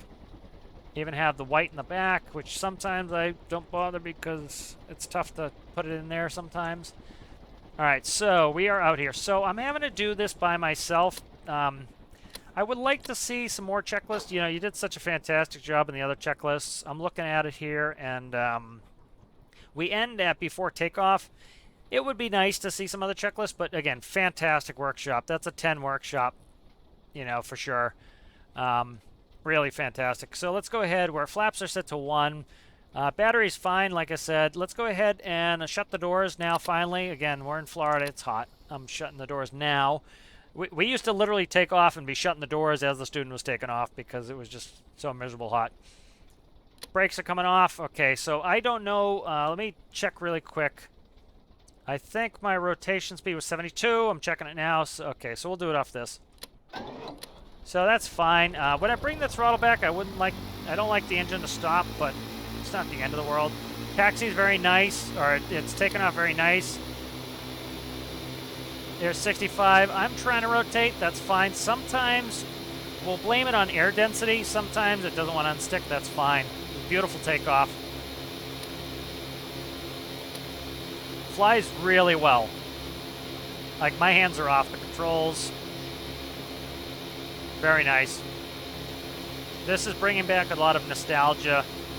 This is really flying well. See, this is how I like to make my planes. I can look around, I can do around. Look, we're not rolling in strange directions. Here's my 1,000 feet. I'm gonna drop off, I'm gonna pull back some power. I do worry about the, what's that? Why did my stall go off it up? Okay, so I'm curious how you have your stall set up. I was at 100 knots and it stalled out, so are you running off angle of attack, and look and see if you have an angle of attack system.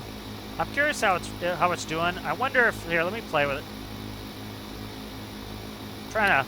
Curious how your stall setup's going. I don't know why the stall went off on that one. Not a big deal, just curious more than anything. Let's turn around and start heading back. I have to remember to do fuel. We'll do that in a second. So this is a smaller engine that revs very high. It sounds realistic to me. I like that. I cheated a little on mine and went with a 16-cylinder just because mine wasn't a replica, but just because I didn't want to have to deal with cooling too much. But this is nice.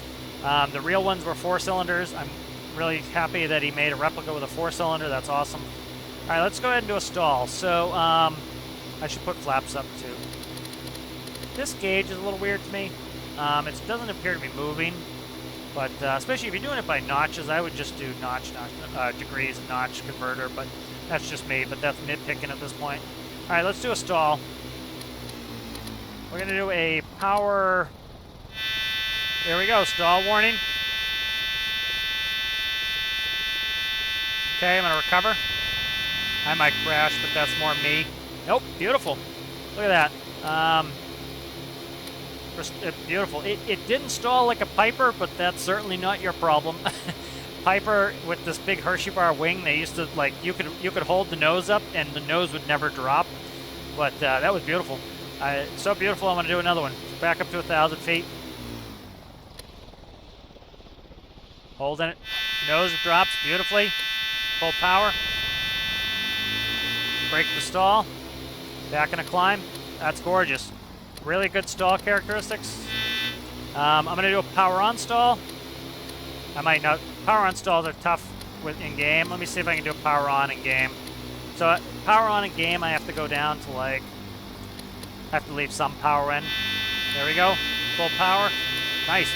So I didn't really do a full power off stall. Let's do a full power off stall. Yanking flaps. 26 degrees of flaps. Let's do a power off stall. And your engine died a little bit. Full throttle. Pitch above the horizon. You don't want to double stall it. All right, and over 100 knots, we can bring the flaps back up. So nice. Power on and off stall. Flies beautifully. Flies like a real airplane. Makes me think you have some real airplane experience. That's always nice. But it flies very well, and it's bringing back a lot of memories of the real airplane. All right, let's do a test here. Where's your fuel level? All right, so we're running off the left here. It's going to be, again, I'm only going to gank people if it's really bad. You're all going to get 10s on fuel unless it's terrible. So let me quickly just check it here. I'm trying to do it. See, your plane's so stable, I don't mind leaving it running. I don't have to press escape to do it.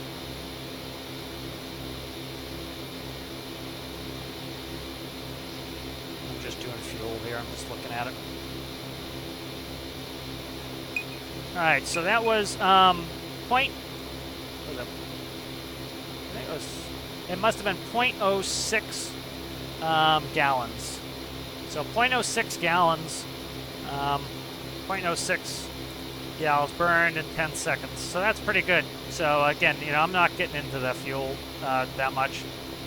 But so we have a, I wonder if you have an auto heater on there. Curious.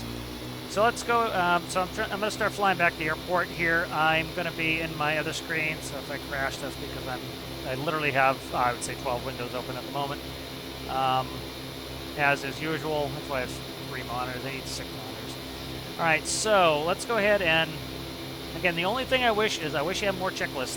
Fantastic checklists. They really were great. Let's do a roll here. And do you have integrated yaw? You probably do, because as you can see, we're turning with just roll. Now in these planes, look at the ball on the turn slip. I would kick a little rudder in. and that's coordinating my turn. So that's beautiful. So it flies really well. I'm liking that a lot. Let me check where I'm at here. Let's put it right there. Okay. All right, so I'm going to just quickly check your... okay, where's your landing speed? What's your approach speed? Do you have it in there? See, I wish you had a landing checklist, but it's not a big deal. I can try to remember it off the top of my head. What is it? I'm just gonna fly, aviate, navigate, communicate. All right, so I'm gonna go full flaps for my landing.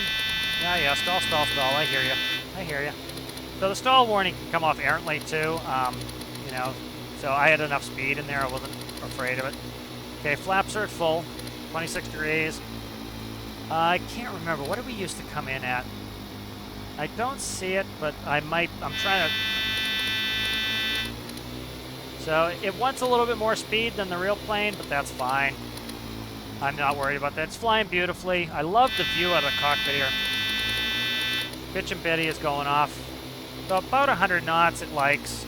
A little bit faster than the real one, but that's not a big deal. As long as I don't pancake it, I'm happy. Oh, beautiful stall. Brakes, brakes, brakes. Brakes, brakes, brakes. I haven't touched steering at all. That's gorgeous. All right. It's a little bit faster than the real one, yet I was able to look at my center line. I was on center line. As long as the center line's within your wheels, that's a pass on a check ride. If my students were landing with that center line off the, you know, I would say a quarter between, I was failing them, or I would tell them you're not ready for the check ride, because the check ride you get nerves, and once you have nerves, bad things happen and you end up screwing up. But beautiful. This is really an excellent aircraft.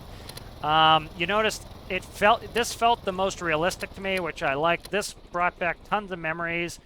You know, this is awesome. I'm really digging this plane. Beautiful XML work in here. It feels cramped, which I like. Mine, which I somewhat based off the Piper Cherokee, is well oversized. You did a great job getting this sized properly.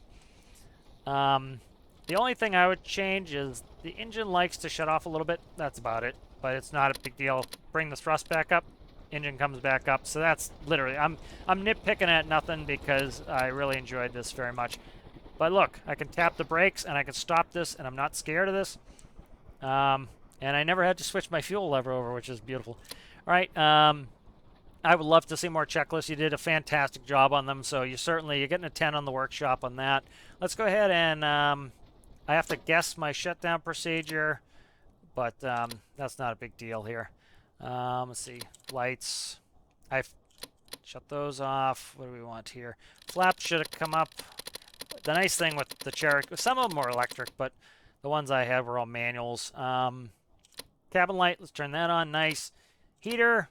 So we had good engine heat. You notice the heat's on. That's probably because it's a 4-cylinder. It has to run at high RPS. Where's cooling? Where's my cooling? So engine temp's down. I didn't check it. But everything seems really fantastic with this. I love this aircraft. This brought back a ton of... that's a game issue. That's not this issue. When I get out of my seat, watch, it will fix.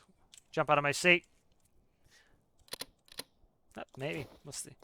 I'm not really worried about these game glitches too much. Let me get away from it, see if it will open.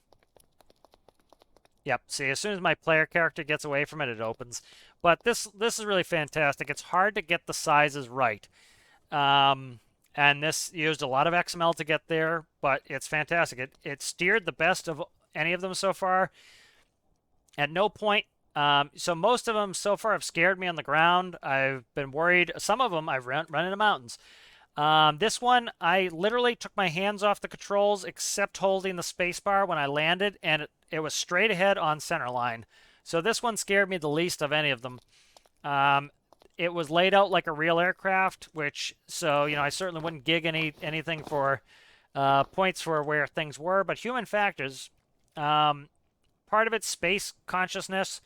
So like the Sand Flea, I was like cricking my neck for speed the whole time. This one, even though I was in the right seat, I could see my speed fine. Like this, I wasn't having to crick my neck and look down and then try to look out of the corner of my eye. Everything's laid out beautifully in this workshop. Was great. Human factors, great explanation. I would have liked to see a landing checklist, but again, it was a plane I was familiar with. I could easily do it. I'll have to look and see if you have an approach speed, but I was able to figure it out, especially with the stall. Stalled beautifully, recovered beautifully. I was able to do, I didn't put in the flaps as the power off stall, but I was able to do a neutral flap power off stall fine. Sometimes we do that. We do, no flaps. But everything's beautiful with this. I have really no complaints with this. So let's go through scores really quick here. This one, as you can imagine, will score high because I've really enjoyed a lot of it. Human factors, I'll say a 10 on human factors. Everything's laid out well and where I can find it. Some things are not where they'd be in real life, but that is because of the game. There are cool things like clock, and it's in UTC, which it should be. Stalls over there, which is fine because the buzzer, you don't really look at the stall indicator anyways. You listen for it. Nav lights and taxi, I could have used with the other nav lights, but that's not a big deal. They tend to stick them wherever because of that. I would almost throw engine RPS and engine temp here. Or actually, I'd probably move fuel here. I don't know. I leave fuel in line with these. I'd probably throw these two here and put those two lights over here. But so you might be doing it for this reason. I actually won't ding any points on that anyway, because if you're flying from this seat, you need to be able to reach everything. And so that could have been why you did it. But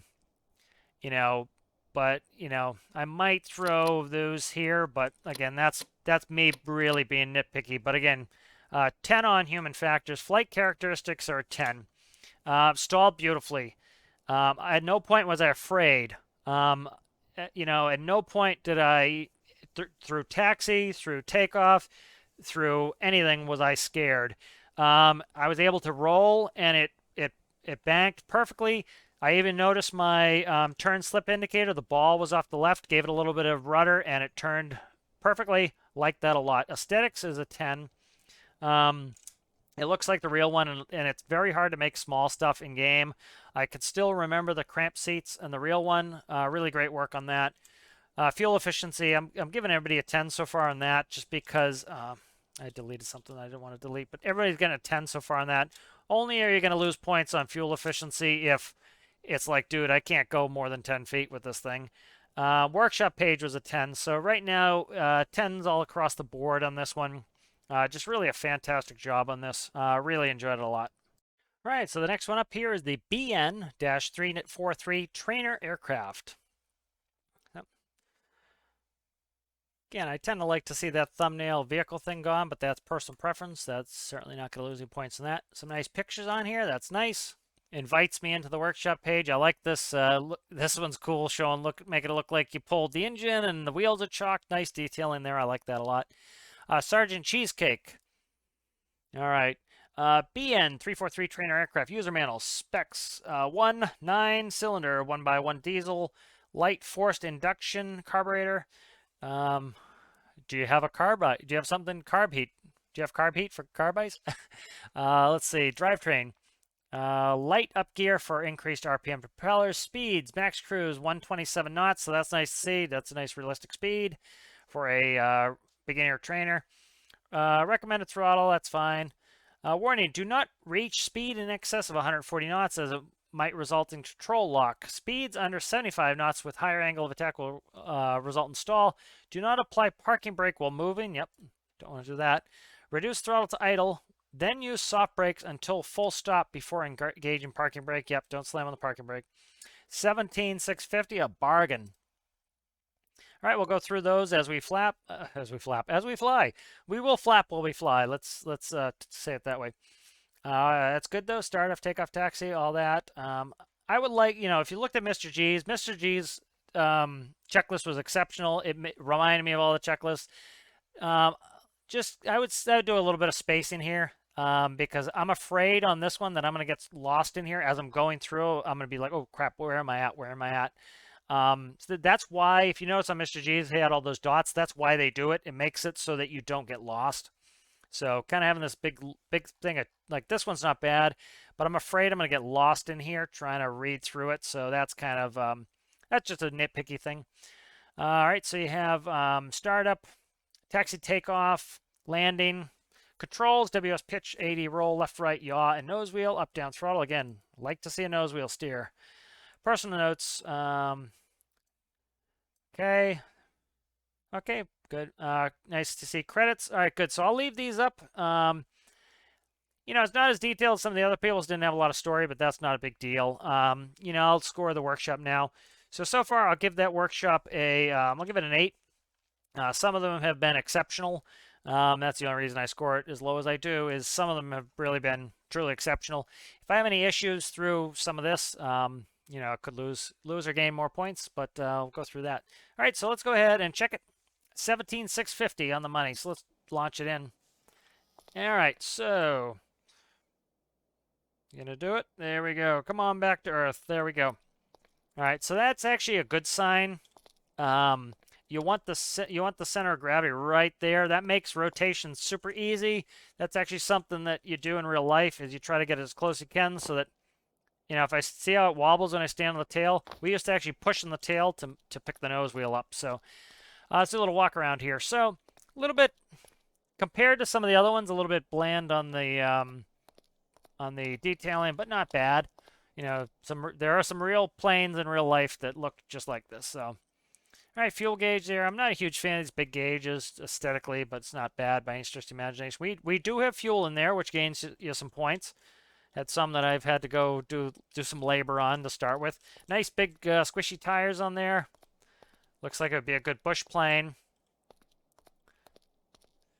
All right, so I'll see if there's any clippage on these. I'm not a huge fan of clippage, but I often do them where they only go down, but we'll see how you do it. I'm not a huge fan of clipping, so we will look at that. The exposed gearbox, not a huge fan of that, the blue, but that's not a big deal. I'm not being that picky. All right, so let's go ahead and we'll get in the seat here. So first thing I want to test. All right, so I can't control it. That's fine. That could be it needs power. I actually do that on a lot of my stuff, and most of it's because I build airliners, and they tend to need hydraulics, so I kind of count it as a hydraulics thing. What are you? Throttle. Okay, so that's exterior gauge, and that's interesting. I haven't seen that before. All right, so let's go ahead and let's go through the procedures here. All right, before entering, read the total fuel by inspecting the left wing. Oh, I already did that. That was fortuitous of me to have already done that. Let's get rid of that. There we go. Let's see. I did that. Verify, enter the cockpit and verify on the fuel meter on the dashboard furthest to the right that fuel level is the same. Okay, so cross-checking. So that was, remember, it was 1650 something, so that's good. Flip main battery breaker. All right, where are you at there? Main battery breaker. So there's no pictures in the workshop. That was one of the reasons you got a little gank on that. Let's see, where are we at? Main battery breaker. Okay. Located center right on the dashboard. So that's good. Confirm both main battery and backup battery level indicators light up. They do. Okay, good. Flip avionics breaker. Where are you at there, guy? There you are. I'm hunting a little bit, but it's not bad. They're actually pretty well in line. Main battery avionics, it's just me hunting kind of to find them. Left on the main battery breaker. Confirm all 6 monitors have turned on. They have. Okay. Confirm all analog dials have backlights. It appears they do. Confirm full deflection degree in all control surfaces. Okay, so that's fine. That, like I was saying, that just needed power to do that. So kind of expected that. So here come pitch. A little bit fast. We'll see how it behaves when we get out there. Okay, I'm not a huge fan of clipping. Don't really like clipping. So a little bit of an aesthetics hit on the clipping. One thing you can actually do that I do on Proteus, if you like, again, you know, it's just my personal preference, but one thing you can do is you can actually have one go down and that one just stay level. And then the other one, you actually do have planes that do that. They don't turn as well, but what you do is you'll end up having a larger control surface and it only moves in one direction. Let's see. All right, yaw. Yaw seems a little bit fast for me. And we have nose wheel steering, which as we found out, I'm a fan of. Let's jump in the other seat. And look at that. No button presses. Very nice. Controls everything well. I don't have to do that. So I'm going to go ahead and fly from the student seat on this one. Okay, so that is complete. So startup checklist complete. And it said startup checklist complete, but I haven't started anything yet. So I guess the startup's on the taxi checklist, which is fine. Again, you know, unless you're a pilot, you won't know these things. That's fine. Flip the pumps breaker located on the bottom row close to the monitors. Nice. Good instructions there. I can find these things. That's why it was so much information. Again, I do still fear I'm going to get lost, but it's not a big deal, I don't think. Confirm fuel level has decreased. Yes. Okay, so it's priming the system. So we went from 1651 down to 39. That is done. Confirm temperature dial is changing. Located one up and one to the right of the pumps breaker. Okay. Let's see. Flip the beacon breaker located on the center panel top right corner. All right, good. I like to see a beacon come on before the that. Open our door. Clear prop. That was on the list as well. I like to see that. If clear, engage starter located next to the pump breaker. Okay, nice. Flip lights breaker is needed, so that's good. We just need the beacon for taxi. Lower flaps to first position, -25. So I can kind of tell that's where flaps are going to be. Nice. First notch of flaps. Let's take a look at them. Nice, we get flaps. Release the parking brake. Where is it? All right. Where are you at there? Have I seen you before, parking brake? Where are you? Backup battery. Is backup batteries? No, backup batteries not. Okay, so one thing I would do is, personally, you know, they tend to make these things look differently. So this is a little bit, you notice how flip switches are in with flip switches. Like the lights are nice. That's good together. That's good human factors. That's good. I'm afraid that I'm accidentally going to shut these off, but that's not too big of a fear. I'm not going to dink any points for that. You know, maybe like even here for a parking brake. But again, that's pedantic. That's not really, I'm not worried about it. Let's see. So I'm just going to read a couple before I actually start moving. Release parking brake. The aircraft will begin moving slowly. If this is not desired, use soft brake spacebar by default to keep aircraft stationary. Good. So you always want to take off your parking brake, tap your brakes. And we stop. And I can hold the brakes and we stay stopped. We're not sliding forward. Very nice. Okay, so I'm just going to scroll my list a little bit here. All right, I'm not going to increase my throttle. I want to just taxi slowly. All right. So as I come out on the runway here, I'm going to do my net lights just because it's realistic. All right, good. So lights are on. So I'm going to read ahead on the checklist. So it says, for takeoff, increase throttle to max. A single beep will be heard for max throttle. That's interesting, but it's a good feature. I like that. For rolling takeoff, move from taxi speed to full throttle without using soft brake once the runway has been reached. A throttle indicator is located on the nose of the aircraft. I don't really need the throttle. I do it all by speed, so I don't need the throttle indicator, but that's good to know. Rotation is at 52 to 55 knots. Nice slow rotation. Takeoff can be done at 62 to 65. Okay, so really you're rotating at 65. That's fine.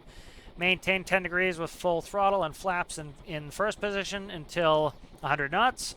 Now the flaps can be retracted, so don't raise the flaps to over 100, which is pretty standard for some of the aircraft I've flown.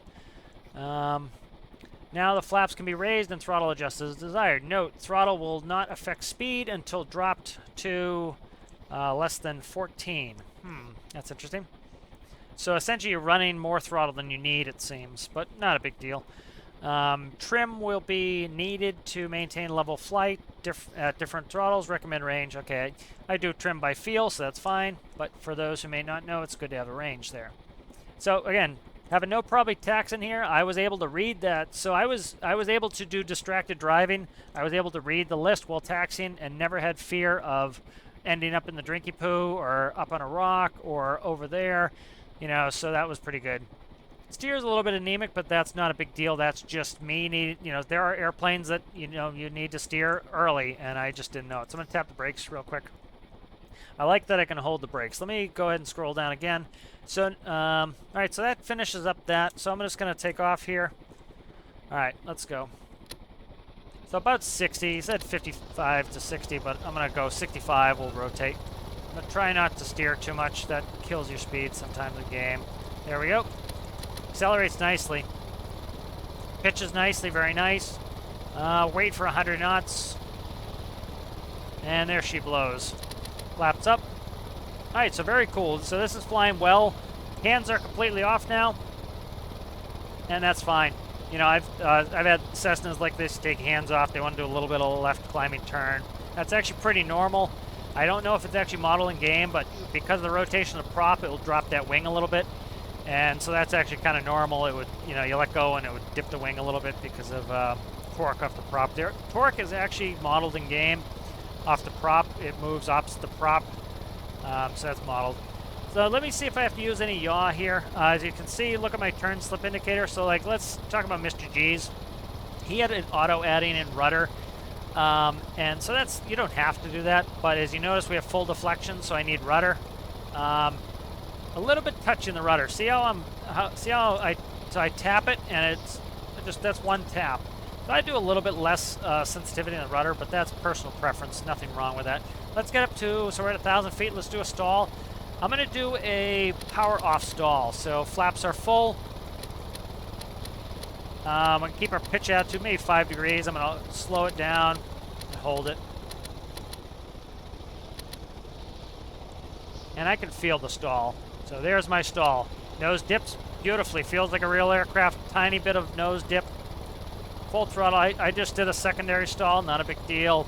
I used to always pull a secondary stall just because I would rather get the pitch up and stop. Like I could keep my descents to 0 feet lost because I would put it in a secondary stall.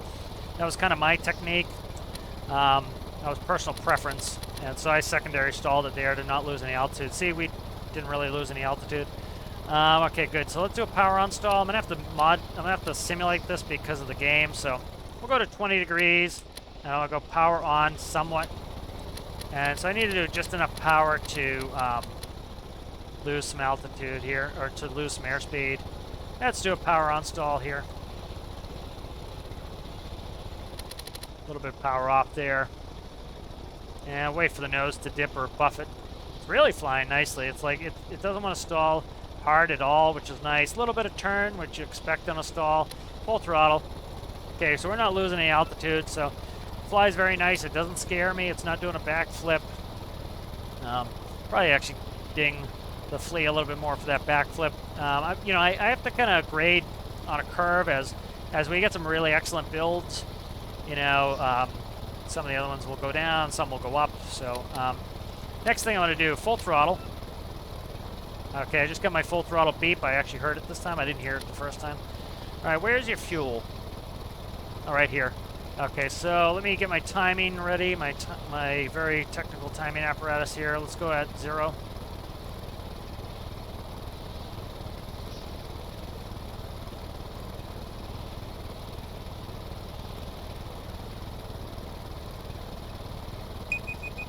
All right, so we lost about, what was that? 3.5 units. So that's not bad. That's going to get a 10. Again, I'm not really, fuel efficiency is not huge on my list of critiques. If it was obscene, you're going to get some points dinged for obscene. I'd say the only one that's borderline obscene is probably the Trojan, but again, it's not bad enough that I'm even going to knock it off a 10. If I get one that's like burning fuel like a fiend. Trojan, I'm also giving a little leeway too because it's kind of a Navy trainer. It's not really, you know, it's not really a beginner trainer. It's a Navy trainer, but so I'm also giving a little bit of leeway with the fuel burn. All right, so let's check landing. For landing, a throttle of 12. I don't use throttle. I use speed. Or above can be used with flaps in the last position, -1, flaps coming in, -1, okay? All right, yeah, I'm just reading it. I'll read it to you guys, but I'm gonna do it myself. I know how to land a plane. For landing, a throttle of 12 or above can be used with flaps in the last position, -1, slowly decrease the throttle until contact, then decrease throttle idle. 2 beeps will be heard as throttle reaches idle. The main thing I would like to see is what approach speed would you like me to come in at? Now, I kind of know because I just did some stalls, I kind of know where I can get to, so I'm probably going to be able to get 70s. maybe high 70s in this plane and feel comfortable doing it. About there. Yeah, look, I'm mid 70s. Let's keep going lower. Yeah, I'm not too comfortable in the low 60s. High 60s, I'm even happy. I'll run this high 60s. So I'm a little off, but that was me testing my speed. So that's not the airplane's fault. That's me screwing with it. Very nice, very nice, very nice. That was me. So the landing was a little bit rougher, but that was me testing it. I have literally not hit the brakes at all. Center line, not hit the brakes. Very controllable. Let's do a turnaround. So I really like the way this plane flies. It flies very well. It's very docile. And again, this is a trainer aircraft. You know, imagine putting your son, your daughter, yourself, one of your loved ones in a plane. Would you trust them in this? As a flight instructor, that's what I always had to think. Would I put a family member in this plane? You know, earlier I criticized the kind of the taxi abilities of some of the planes. And, you know, I would not put a family member in the plane that we got at my flight school that hurt people. And that was because it didn't have nose wheel steering. You know, it scared me, and I wasn't going to put somebody in there. And I put the same standard to my students. I was not going to put a student in a plane that I thought they were going to get hurt in. And so this plane, I'd put a student in, and so that's one of my biggest criteria on this. There have been a couple that scared me, and if I'm scared by the airplane myself, I'm certainly not putting a student in it. All right, so let's go ahead and taxi in. Taxis beautifully, really nice. I don't see any more checklists, so I'm just going to modify and do a checklist to stop it. So let's go. Where's parking brake? I keep forgetting we're right there. Okay, a little bit of a mishmash of gauging, but not bad by any stretch of the imagination. You know, you have some floor space here, maybe here for parking brake. I don't know. It's up to you, but you know, that's kind of what I like to see. Just a little bit easier. Where are we at? How am I shutting this off? Pump off, maybe? I don't know how to shut your engine off here. Okay. Starter will do it. Okay, that works. Avionics, main battery. So nice. Really like this. This flies very well. It's not the best looker of them all, certainly. So let's go ahead through some grading here. Let me put this in really quick. Let me just consult the name. So BN343. BN-343. Okay, so human factors. I'm going to give it a little bit of a dig on the human factors. That's just because of the kind of the mishmash of the gauges. I would have liked to see. Let's go in and I'll actually kind of tell you what I liked to see with that. So, for example, nav, beacon, strobe, and landing taxi. Those are all together. That's fine. What a lot of planes tended to do was put them all here, or you'd have a row of them. So, for example, what I would do personally is I would do master power, avionics. I would do fuel pumps, starter, and I would end that row like that. And then I would do my lights in a row, because you tend to do them when you start. So you do beacon, nav, strobes, landing light. Click, click, click, click, click, on. You know, your battery stuff, that can go down here because you're just reading it. You don't need it in your face. So you can even put your batteries here. That's fine. But again, that's all pedantic stuff. It's not bad, but it could be a little bit better. So that wasn't bad. So, you know, let me see where yeah, so I'll give you, you know, that's, I think, a human factor is a 9 on that. Flight characteristics, I would say that was certainly... That was, I would say, a 10 on flight characteristics. That was great. At no point was I scared. The stall was beautiful. It stalled very flat, nice, and it didn't scare me. It didn't do a backflip. It didn't do any of that. You know, I didn't have any fear with that.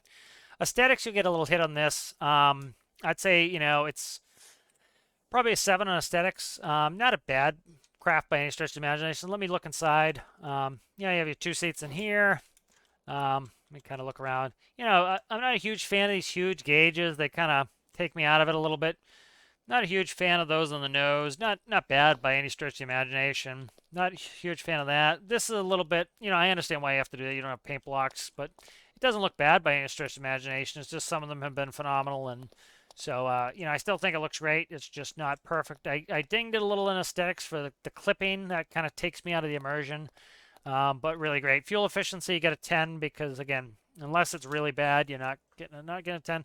And workshop page was an 8. So I really thought that was a great aircraft and really lived up to the expectations of the challenge. All right, so the next vehicle is the MA-722 Diamond Trainer Plane. So I like this. There's a good looking thumbnail here. Kermit's logo, the price on there, especially that the price was an integral element of it. Nice branding on there. Some good pictures on here. It invites me in, makes me want to look at this build. Made by Kermit. So MA-722 Diamond Trainer Plane description. The MA-722 Diamond is under 20K training aircraft based on the Diamond 40. The livery is also the IRL Australian Air Force Cadets. This was made for Captain Cocko's Trainer Aircraft Build Challenge. I chose to base it off the Diamond 40 as hopefully next year I'll be able to fly in it. So that'll be cool.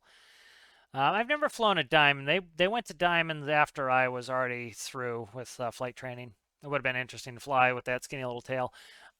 Features, we always thought the tail would break. Features, fits 4 people, switchable controls. Again, I like to see them where you don't have to switch them, but, you know, again, you're not losing much on that. Emergency parachute. Good pilot doesn't need a parachute. Good pilot goes down with the ship. No, I would definitely, the parachutes were a great innovation to save some lives, but the insurance company, well, the insurance company probably actually does like the parachute because they don't have to pay the family for wrongful death. 100 knots max speed, so I'm fine with that. Again, people were saying, oh, what's your max speed? What's your max speed? I would rather it fly well. A trainer doesn't need to go fast.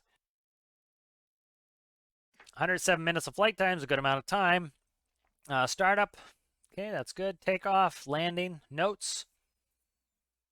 Let's see. Taxi 6 on throttle. I throttle as I need. Landing 10 on throttle. I throttle as I need. A speed is what's important.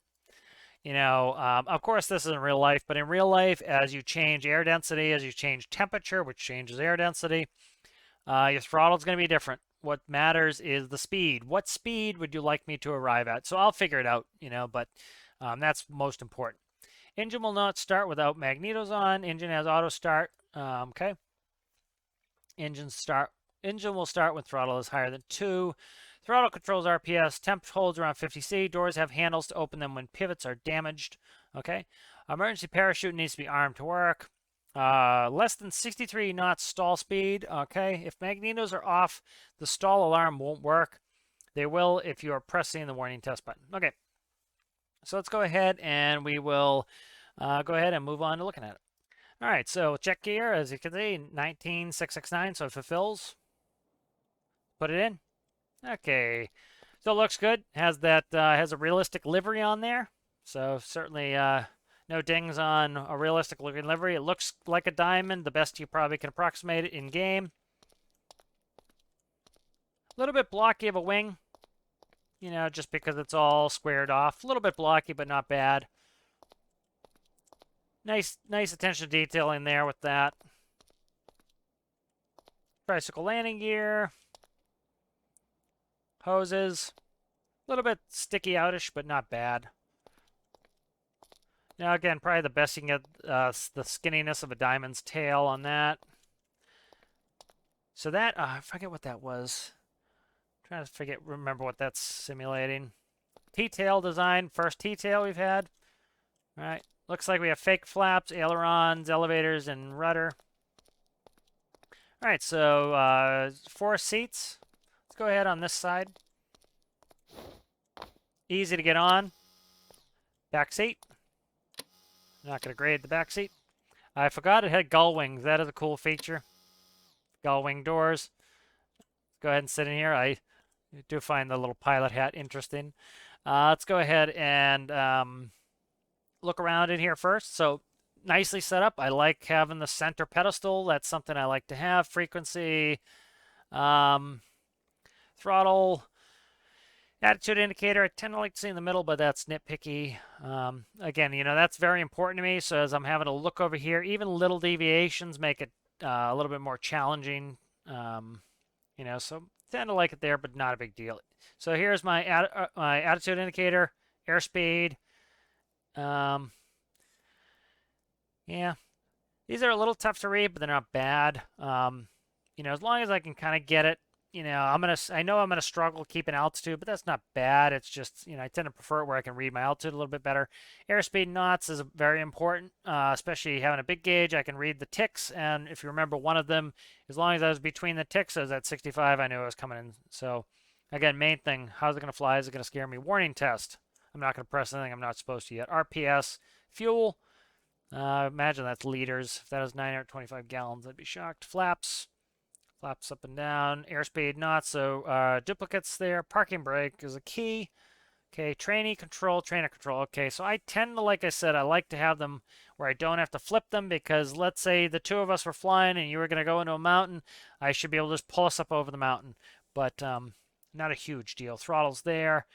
Okay, so let's go ahead and go through the start procedure. So battery. Beacon. Where are you at there? Beacon. Okay, probably anti-collision. Yeah, it's either called anti-collision or beacon. It's interchangeable.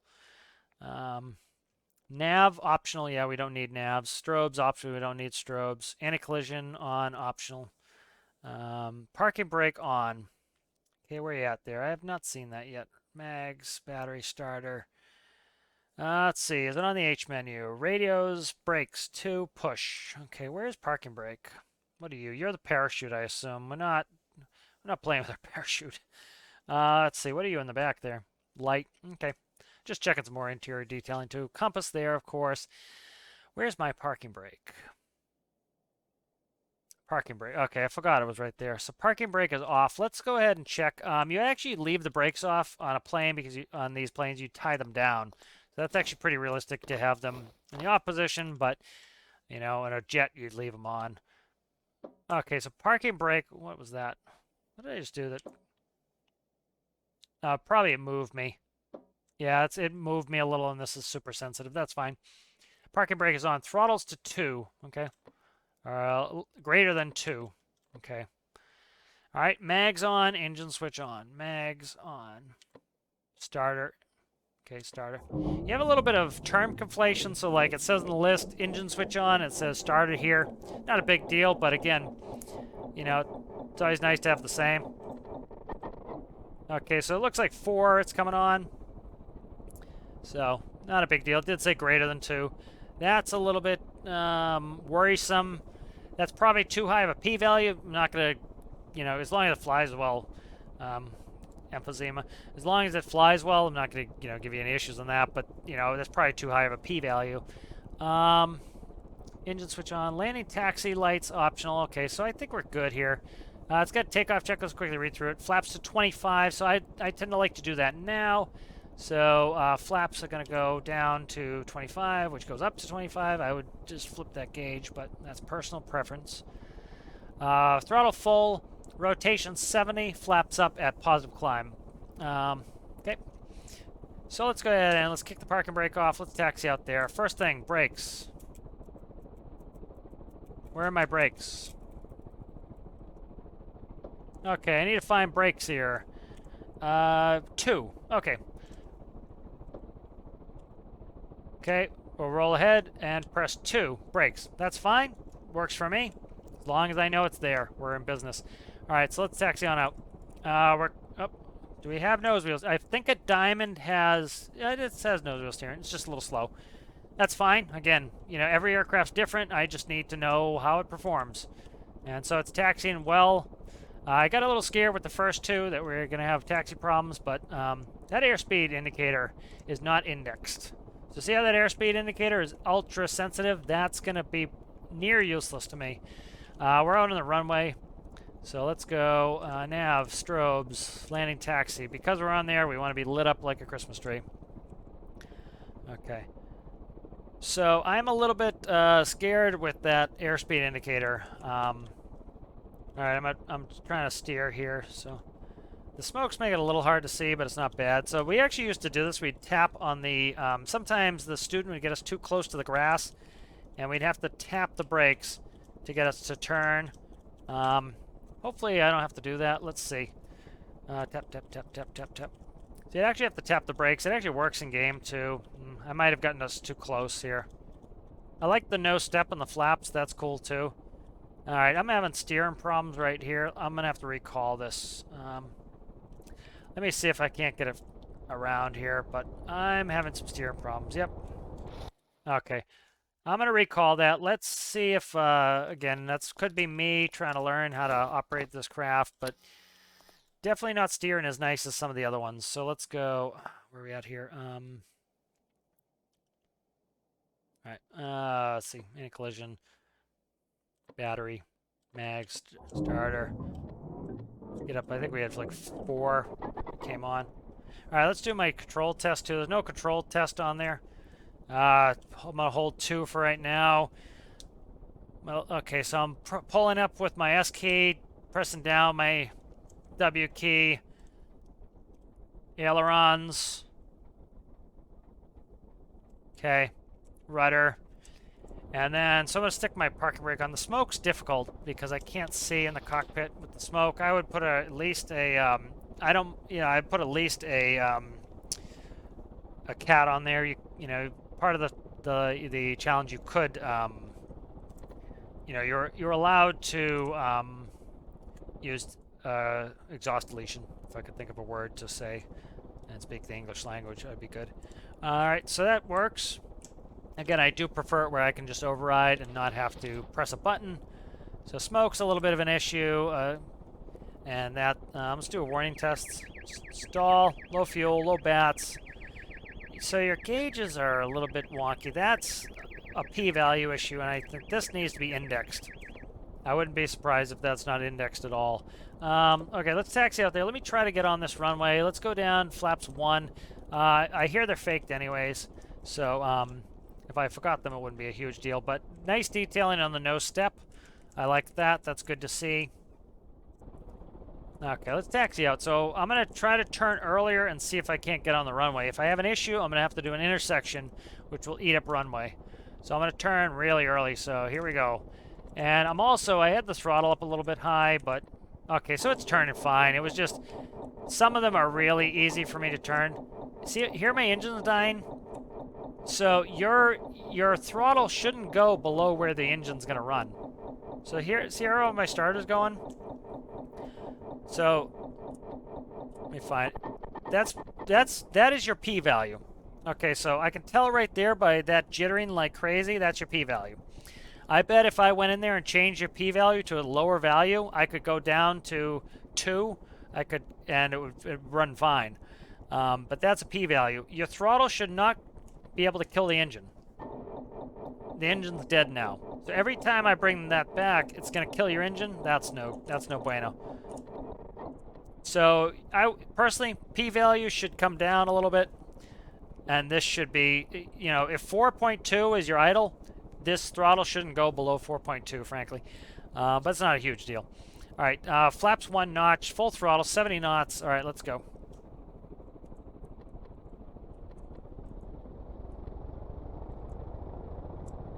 So nice light steering on the nose. I wonder, that's probably what the issue was. I have no clue how fast I'm going. I have to look down like that to see the speed, and as you can see, I'm way off. So that's not good human factors. You know, if this was on the top row, and see how it's winding out, I have no clue what that's doing. So that's gonna get gig some points on that, because I can't really tell what's going on with that. So let's go ahead and put our flaps up. Okay, I put flaps up. Okay, flaps up went down, so that kind of threw me a little bit. All you have to do is put in reverse the numbers on that, and we'll go the correct direction. All right, so let's see how it handles. We can close the door. I doubt the door's doing anything here. I do like gull wings, so that's cool.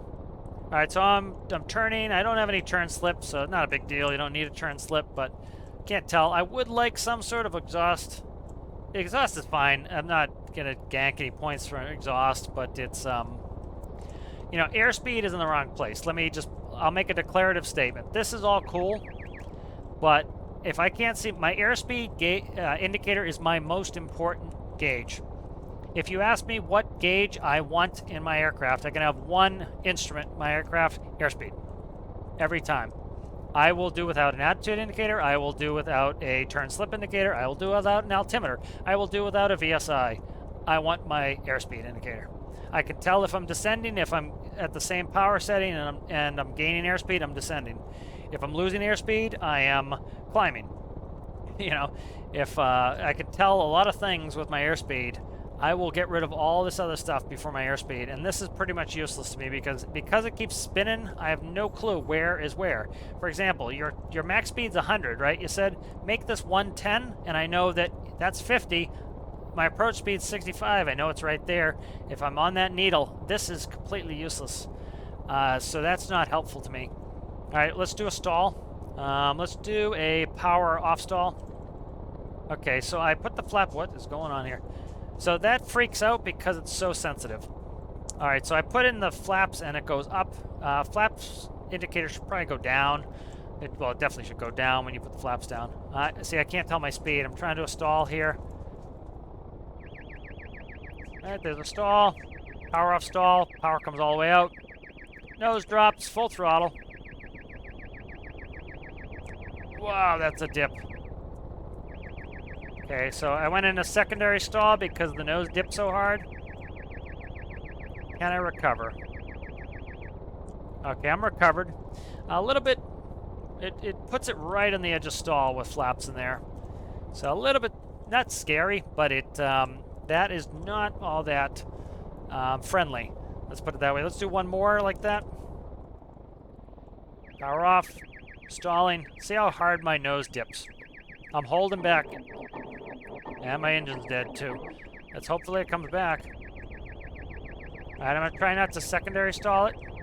Okay, that was better. Still not recovered yet. There we go. Now I'm recovered. Okay, not bad. I can't tell where my altimeter is. Lost a little bit of altitude, but not bad. Doesn't scare me. Let's put it that way. There were certain planes that would stall hard like that, and then your secondary stall tends to be harder than your first. And we used to play with them as flight instructors. We would try to stall it as hard as we could. We would spin them. We would do everything we could. We want to know what worst case scenario was, and we were required to be able to recover it in worst case scenario. So part of my training for flight instructor was we would play with this sucker and know what it was going to do. That is, okay, your flaps, for fake flaps, they're really doing a lot. They're really changing where are they? Okay. They're really changing my flight characteristics, but not bad. Just something, I'm moving them super fast. Either you'd go like this. 1 notch, stabilize. 2 notch, stabilize. So I am going overboard with it. So let's do a power on stall. So I might actually be able to power on stall this plane. This actually might be the most realistic as far as, stalling. Well, not really. I don't know. I'm trying to how to articulate. All right, full power, break the stall. This one is closest to stall all the time. Let's put it that way, which is kind of realistic. Like we could just yank the controls up, going full speed, and you could get it to stall. Just putting it that kind of that way. I think Mr.G's probably had some of the most realistic stall recovery stuff. All right, let's do a fuel here while I'm out here. Go full throttle. Where's your juice? Where is your juice? Right there. Okay. I'm assuming that's liters.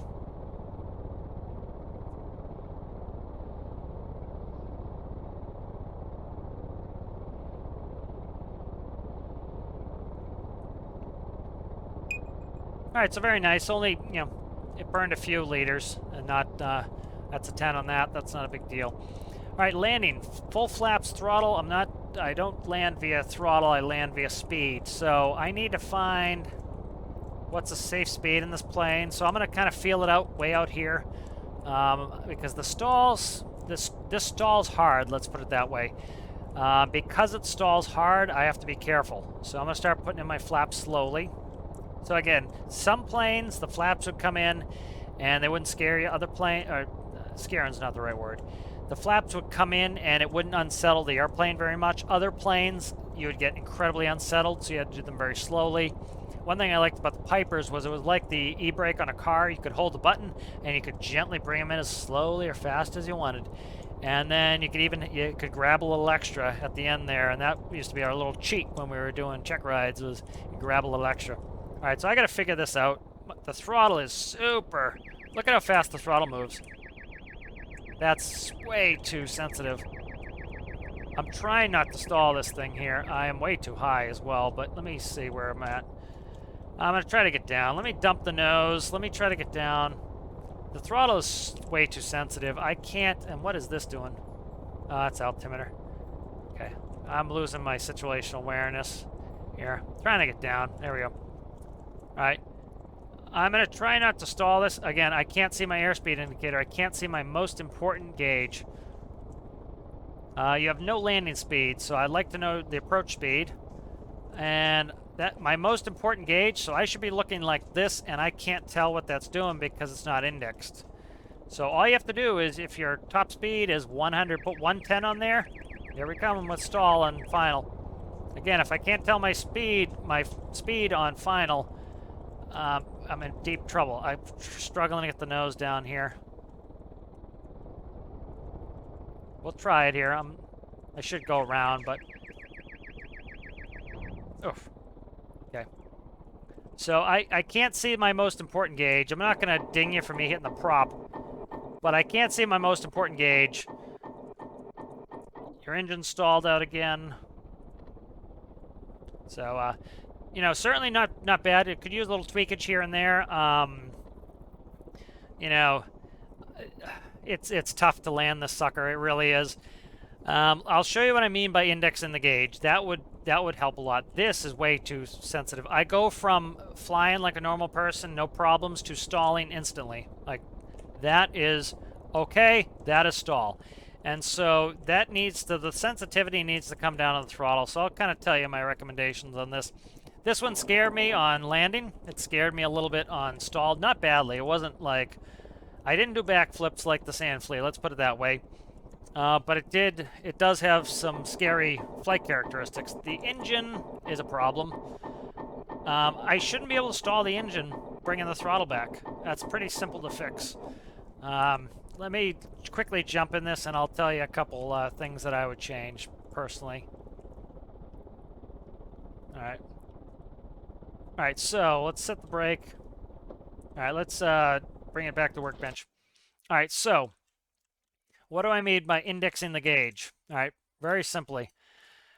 What is this? That does nothing for me, okay? What I would do, minimum value 0 knots, maximum value 110 knots. Now what will happen is, if I know that, that's 0, that's 110, right? That's half of that, right? That's 55. I know 55 knots is there, right? So how many notches do I have?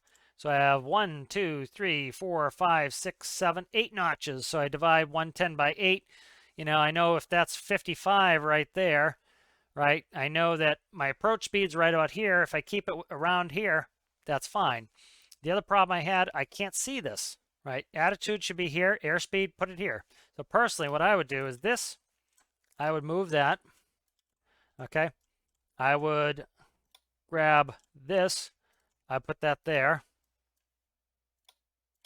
I would see, I don't even need one over there, but that's not a problem. I would go like this. And I would index that gauge. My most important gauge, remember, the one I said I would lose every other gauge. If they ask me, hey, you got to lose every gauge but one, that's the one I want, airspeed. And so I would do it like this. This is how I'd set it up. Attitude, airspeed. That's standard. That's where they are. There's a reason why pretty much every airplane had them in that orientation. That's what I care about most in the world, is this. And I need that for approach. I need it indexed. Having it set to 0 is like, it's just flying in the breeze. It doesn't do anything for me. 0, your max speed was 100 knots, you said, so 110. Now that will spin properly. So that's what I would do. On the engine, I probably shouldn't have deleted what I deleted, but let me bring it back in here, and I'll show you what else I would work on. So your engine. All right, we know, so this is RPS. I can clearly tell this is RPS. We know that 2.5 is start. So make your minimum value 3, okay? And then where's your engine here? Where's your throttle in your engine? Clutch. Clutch is set to 1, I would assume. Yep. Let me find. Let's go into your you see where your air manifold is set up here. Air manifold. Right there. MZ easy PID diesel RPS hold. Okay. Not that easy, apparently. Okay. Not a fan of this. So that's your P valve. Oh no, what the hell is this? Where is your, what is this, dude? Okay. Why is it a function? Make it a PID. This is what the problem is. Just make it a PID. You know, yeah, make it a PID, dude. This is, no. You know, that would help you a lot. All you really have to do in this, change this here to 3. So let's load it up again. One more time. You know, the reason I'm trying not to pick on this, you know, I really like it. The reason I'm working on it is because I like it. You know, if I didn't like it, I wouldn't be working on it. You know, so you know, it's a good aircraft. It just needs a little tweaking here and there, and that's why I'm working on it. You know, if I didn't like it, I wouldn't be working on it. You know, not to say that the other ones I didn't rip apart, I didn't like either, but it's you know, so right there, that's set to 3.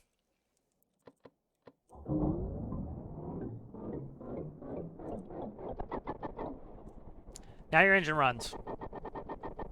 So actually probably needs 4. So 4.28. Notice your starter's not going to 4.28. Okay. If you don't want to change anything else, go to your throttle, make that 4.28. All right. So really, it doesn't take long to figure that out. Now we start the engine.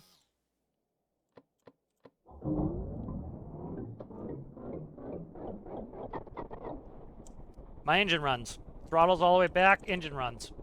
All right, that's your idle. That's it. Notice we're not rolling, so the idle's not too high. So that's all you need to do is change that to 4.28, index these gauges. These are completely useless to me. Put this up there, put this over there. That would be so much better. So again, the reason I'm picking on this is not to pick on you or pick on the aircraft. It's to, you know, again, most people aren't pilots. They don't know why your airspeed is the most important gauge. And if I can't see it and it's spinning like crazy, I can't land properly. And that's why I hit the prop, you know. So I really enjoyed this a lot. I think it looks great. You know, it's in an actual livery. It's based off a real, you know, livery for the Australian. You know, what did you say? Were the cadets? Let me look it up. I want to get it right. Australian Air Force cadets. So it's in that real livery. I like that. I've seen diamonds in real life. It's going to be hard to get that tiny spindly tail. You did a good job on that. It looks nice. So let's go ahead. Let's go through the grading. Again, the reason I kind of went through some things with you is because I want, you know, I want you to get it. I was following you going through this a little bit when you were building it. So that's why I kind of like to go through a little bit more. Let me just type in the name here. All right, so human factors. Human factors, I'm going to ding you down to an 8 on that one. And the reason is like I said with those gauges. This gauge, just index it. Very simple. 0, 110, and now I know what my airspeed is. Put it where I can see it. Put it there. Because I'm trying to focus outside, and I need to see that at least out of the corner of my eye, and I need to see where it is. I can keep my speed. This is way too sensitive. So like I said, set that to a 4.28. 100% is insanity. This is where I set mine. 5. Okay? I can keep my speed within exactly where I want it. All right? You're only going from 4 to 14. All right? So 5 is fine. That's what I would do on that. That would help with human factors. Flight characteristics weren't bad. I'm going to say they were probably an 8. It hard stalled. The main issues you had with flight characteristic were this throttle. It went from going 100 knots to going stalling in an instant because you had 100% throttle. Go down to like 5% throttle. If that's too small for you, go to 10% throttle. That works fine for me.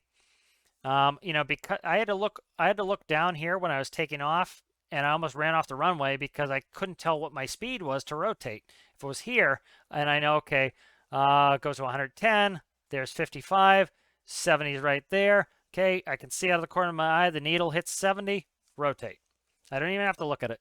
Aesthetics, let's go ahead and I'm thinking, let's go an 8 on aesthetics. The colors are a little garish, but that is, that's what it is. We can even look it up here. What is it? Australian Air Force Cadets. Was that what it was? I'm trying to find a picture of the plane.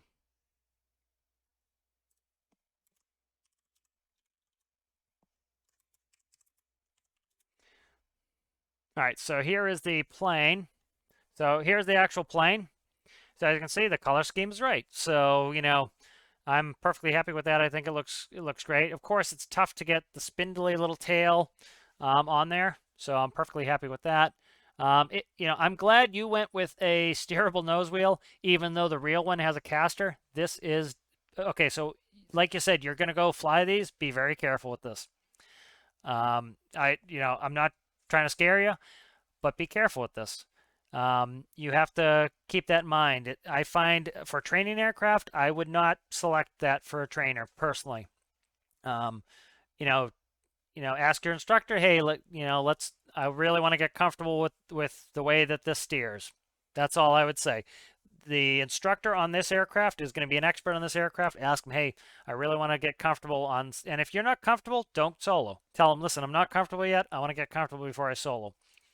That would be it on that. Fuel efficiency is a 10. Workshop page,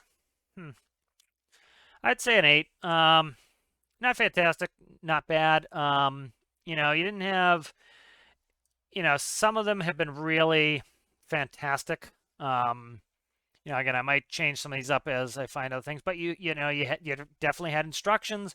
I knew what to do. I could find stuff. Good pictures on there. You had a story in there that, it made me want to read it. Sometimes I look at the gobbledygook and I'm not interested in reading it. I was interested in reading this one. So we'll put, that was a good score on that. All right, so thank you again. I appreciate that. I really like the build. It might have seemed like I was picking on it. I wasn't.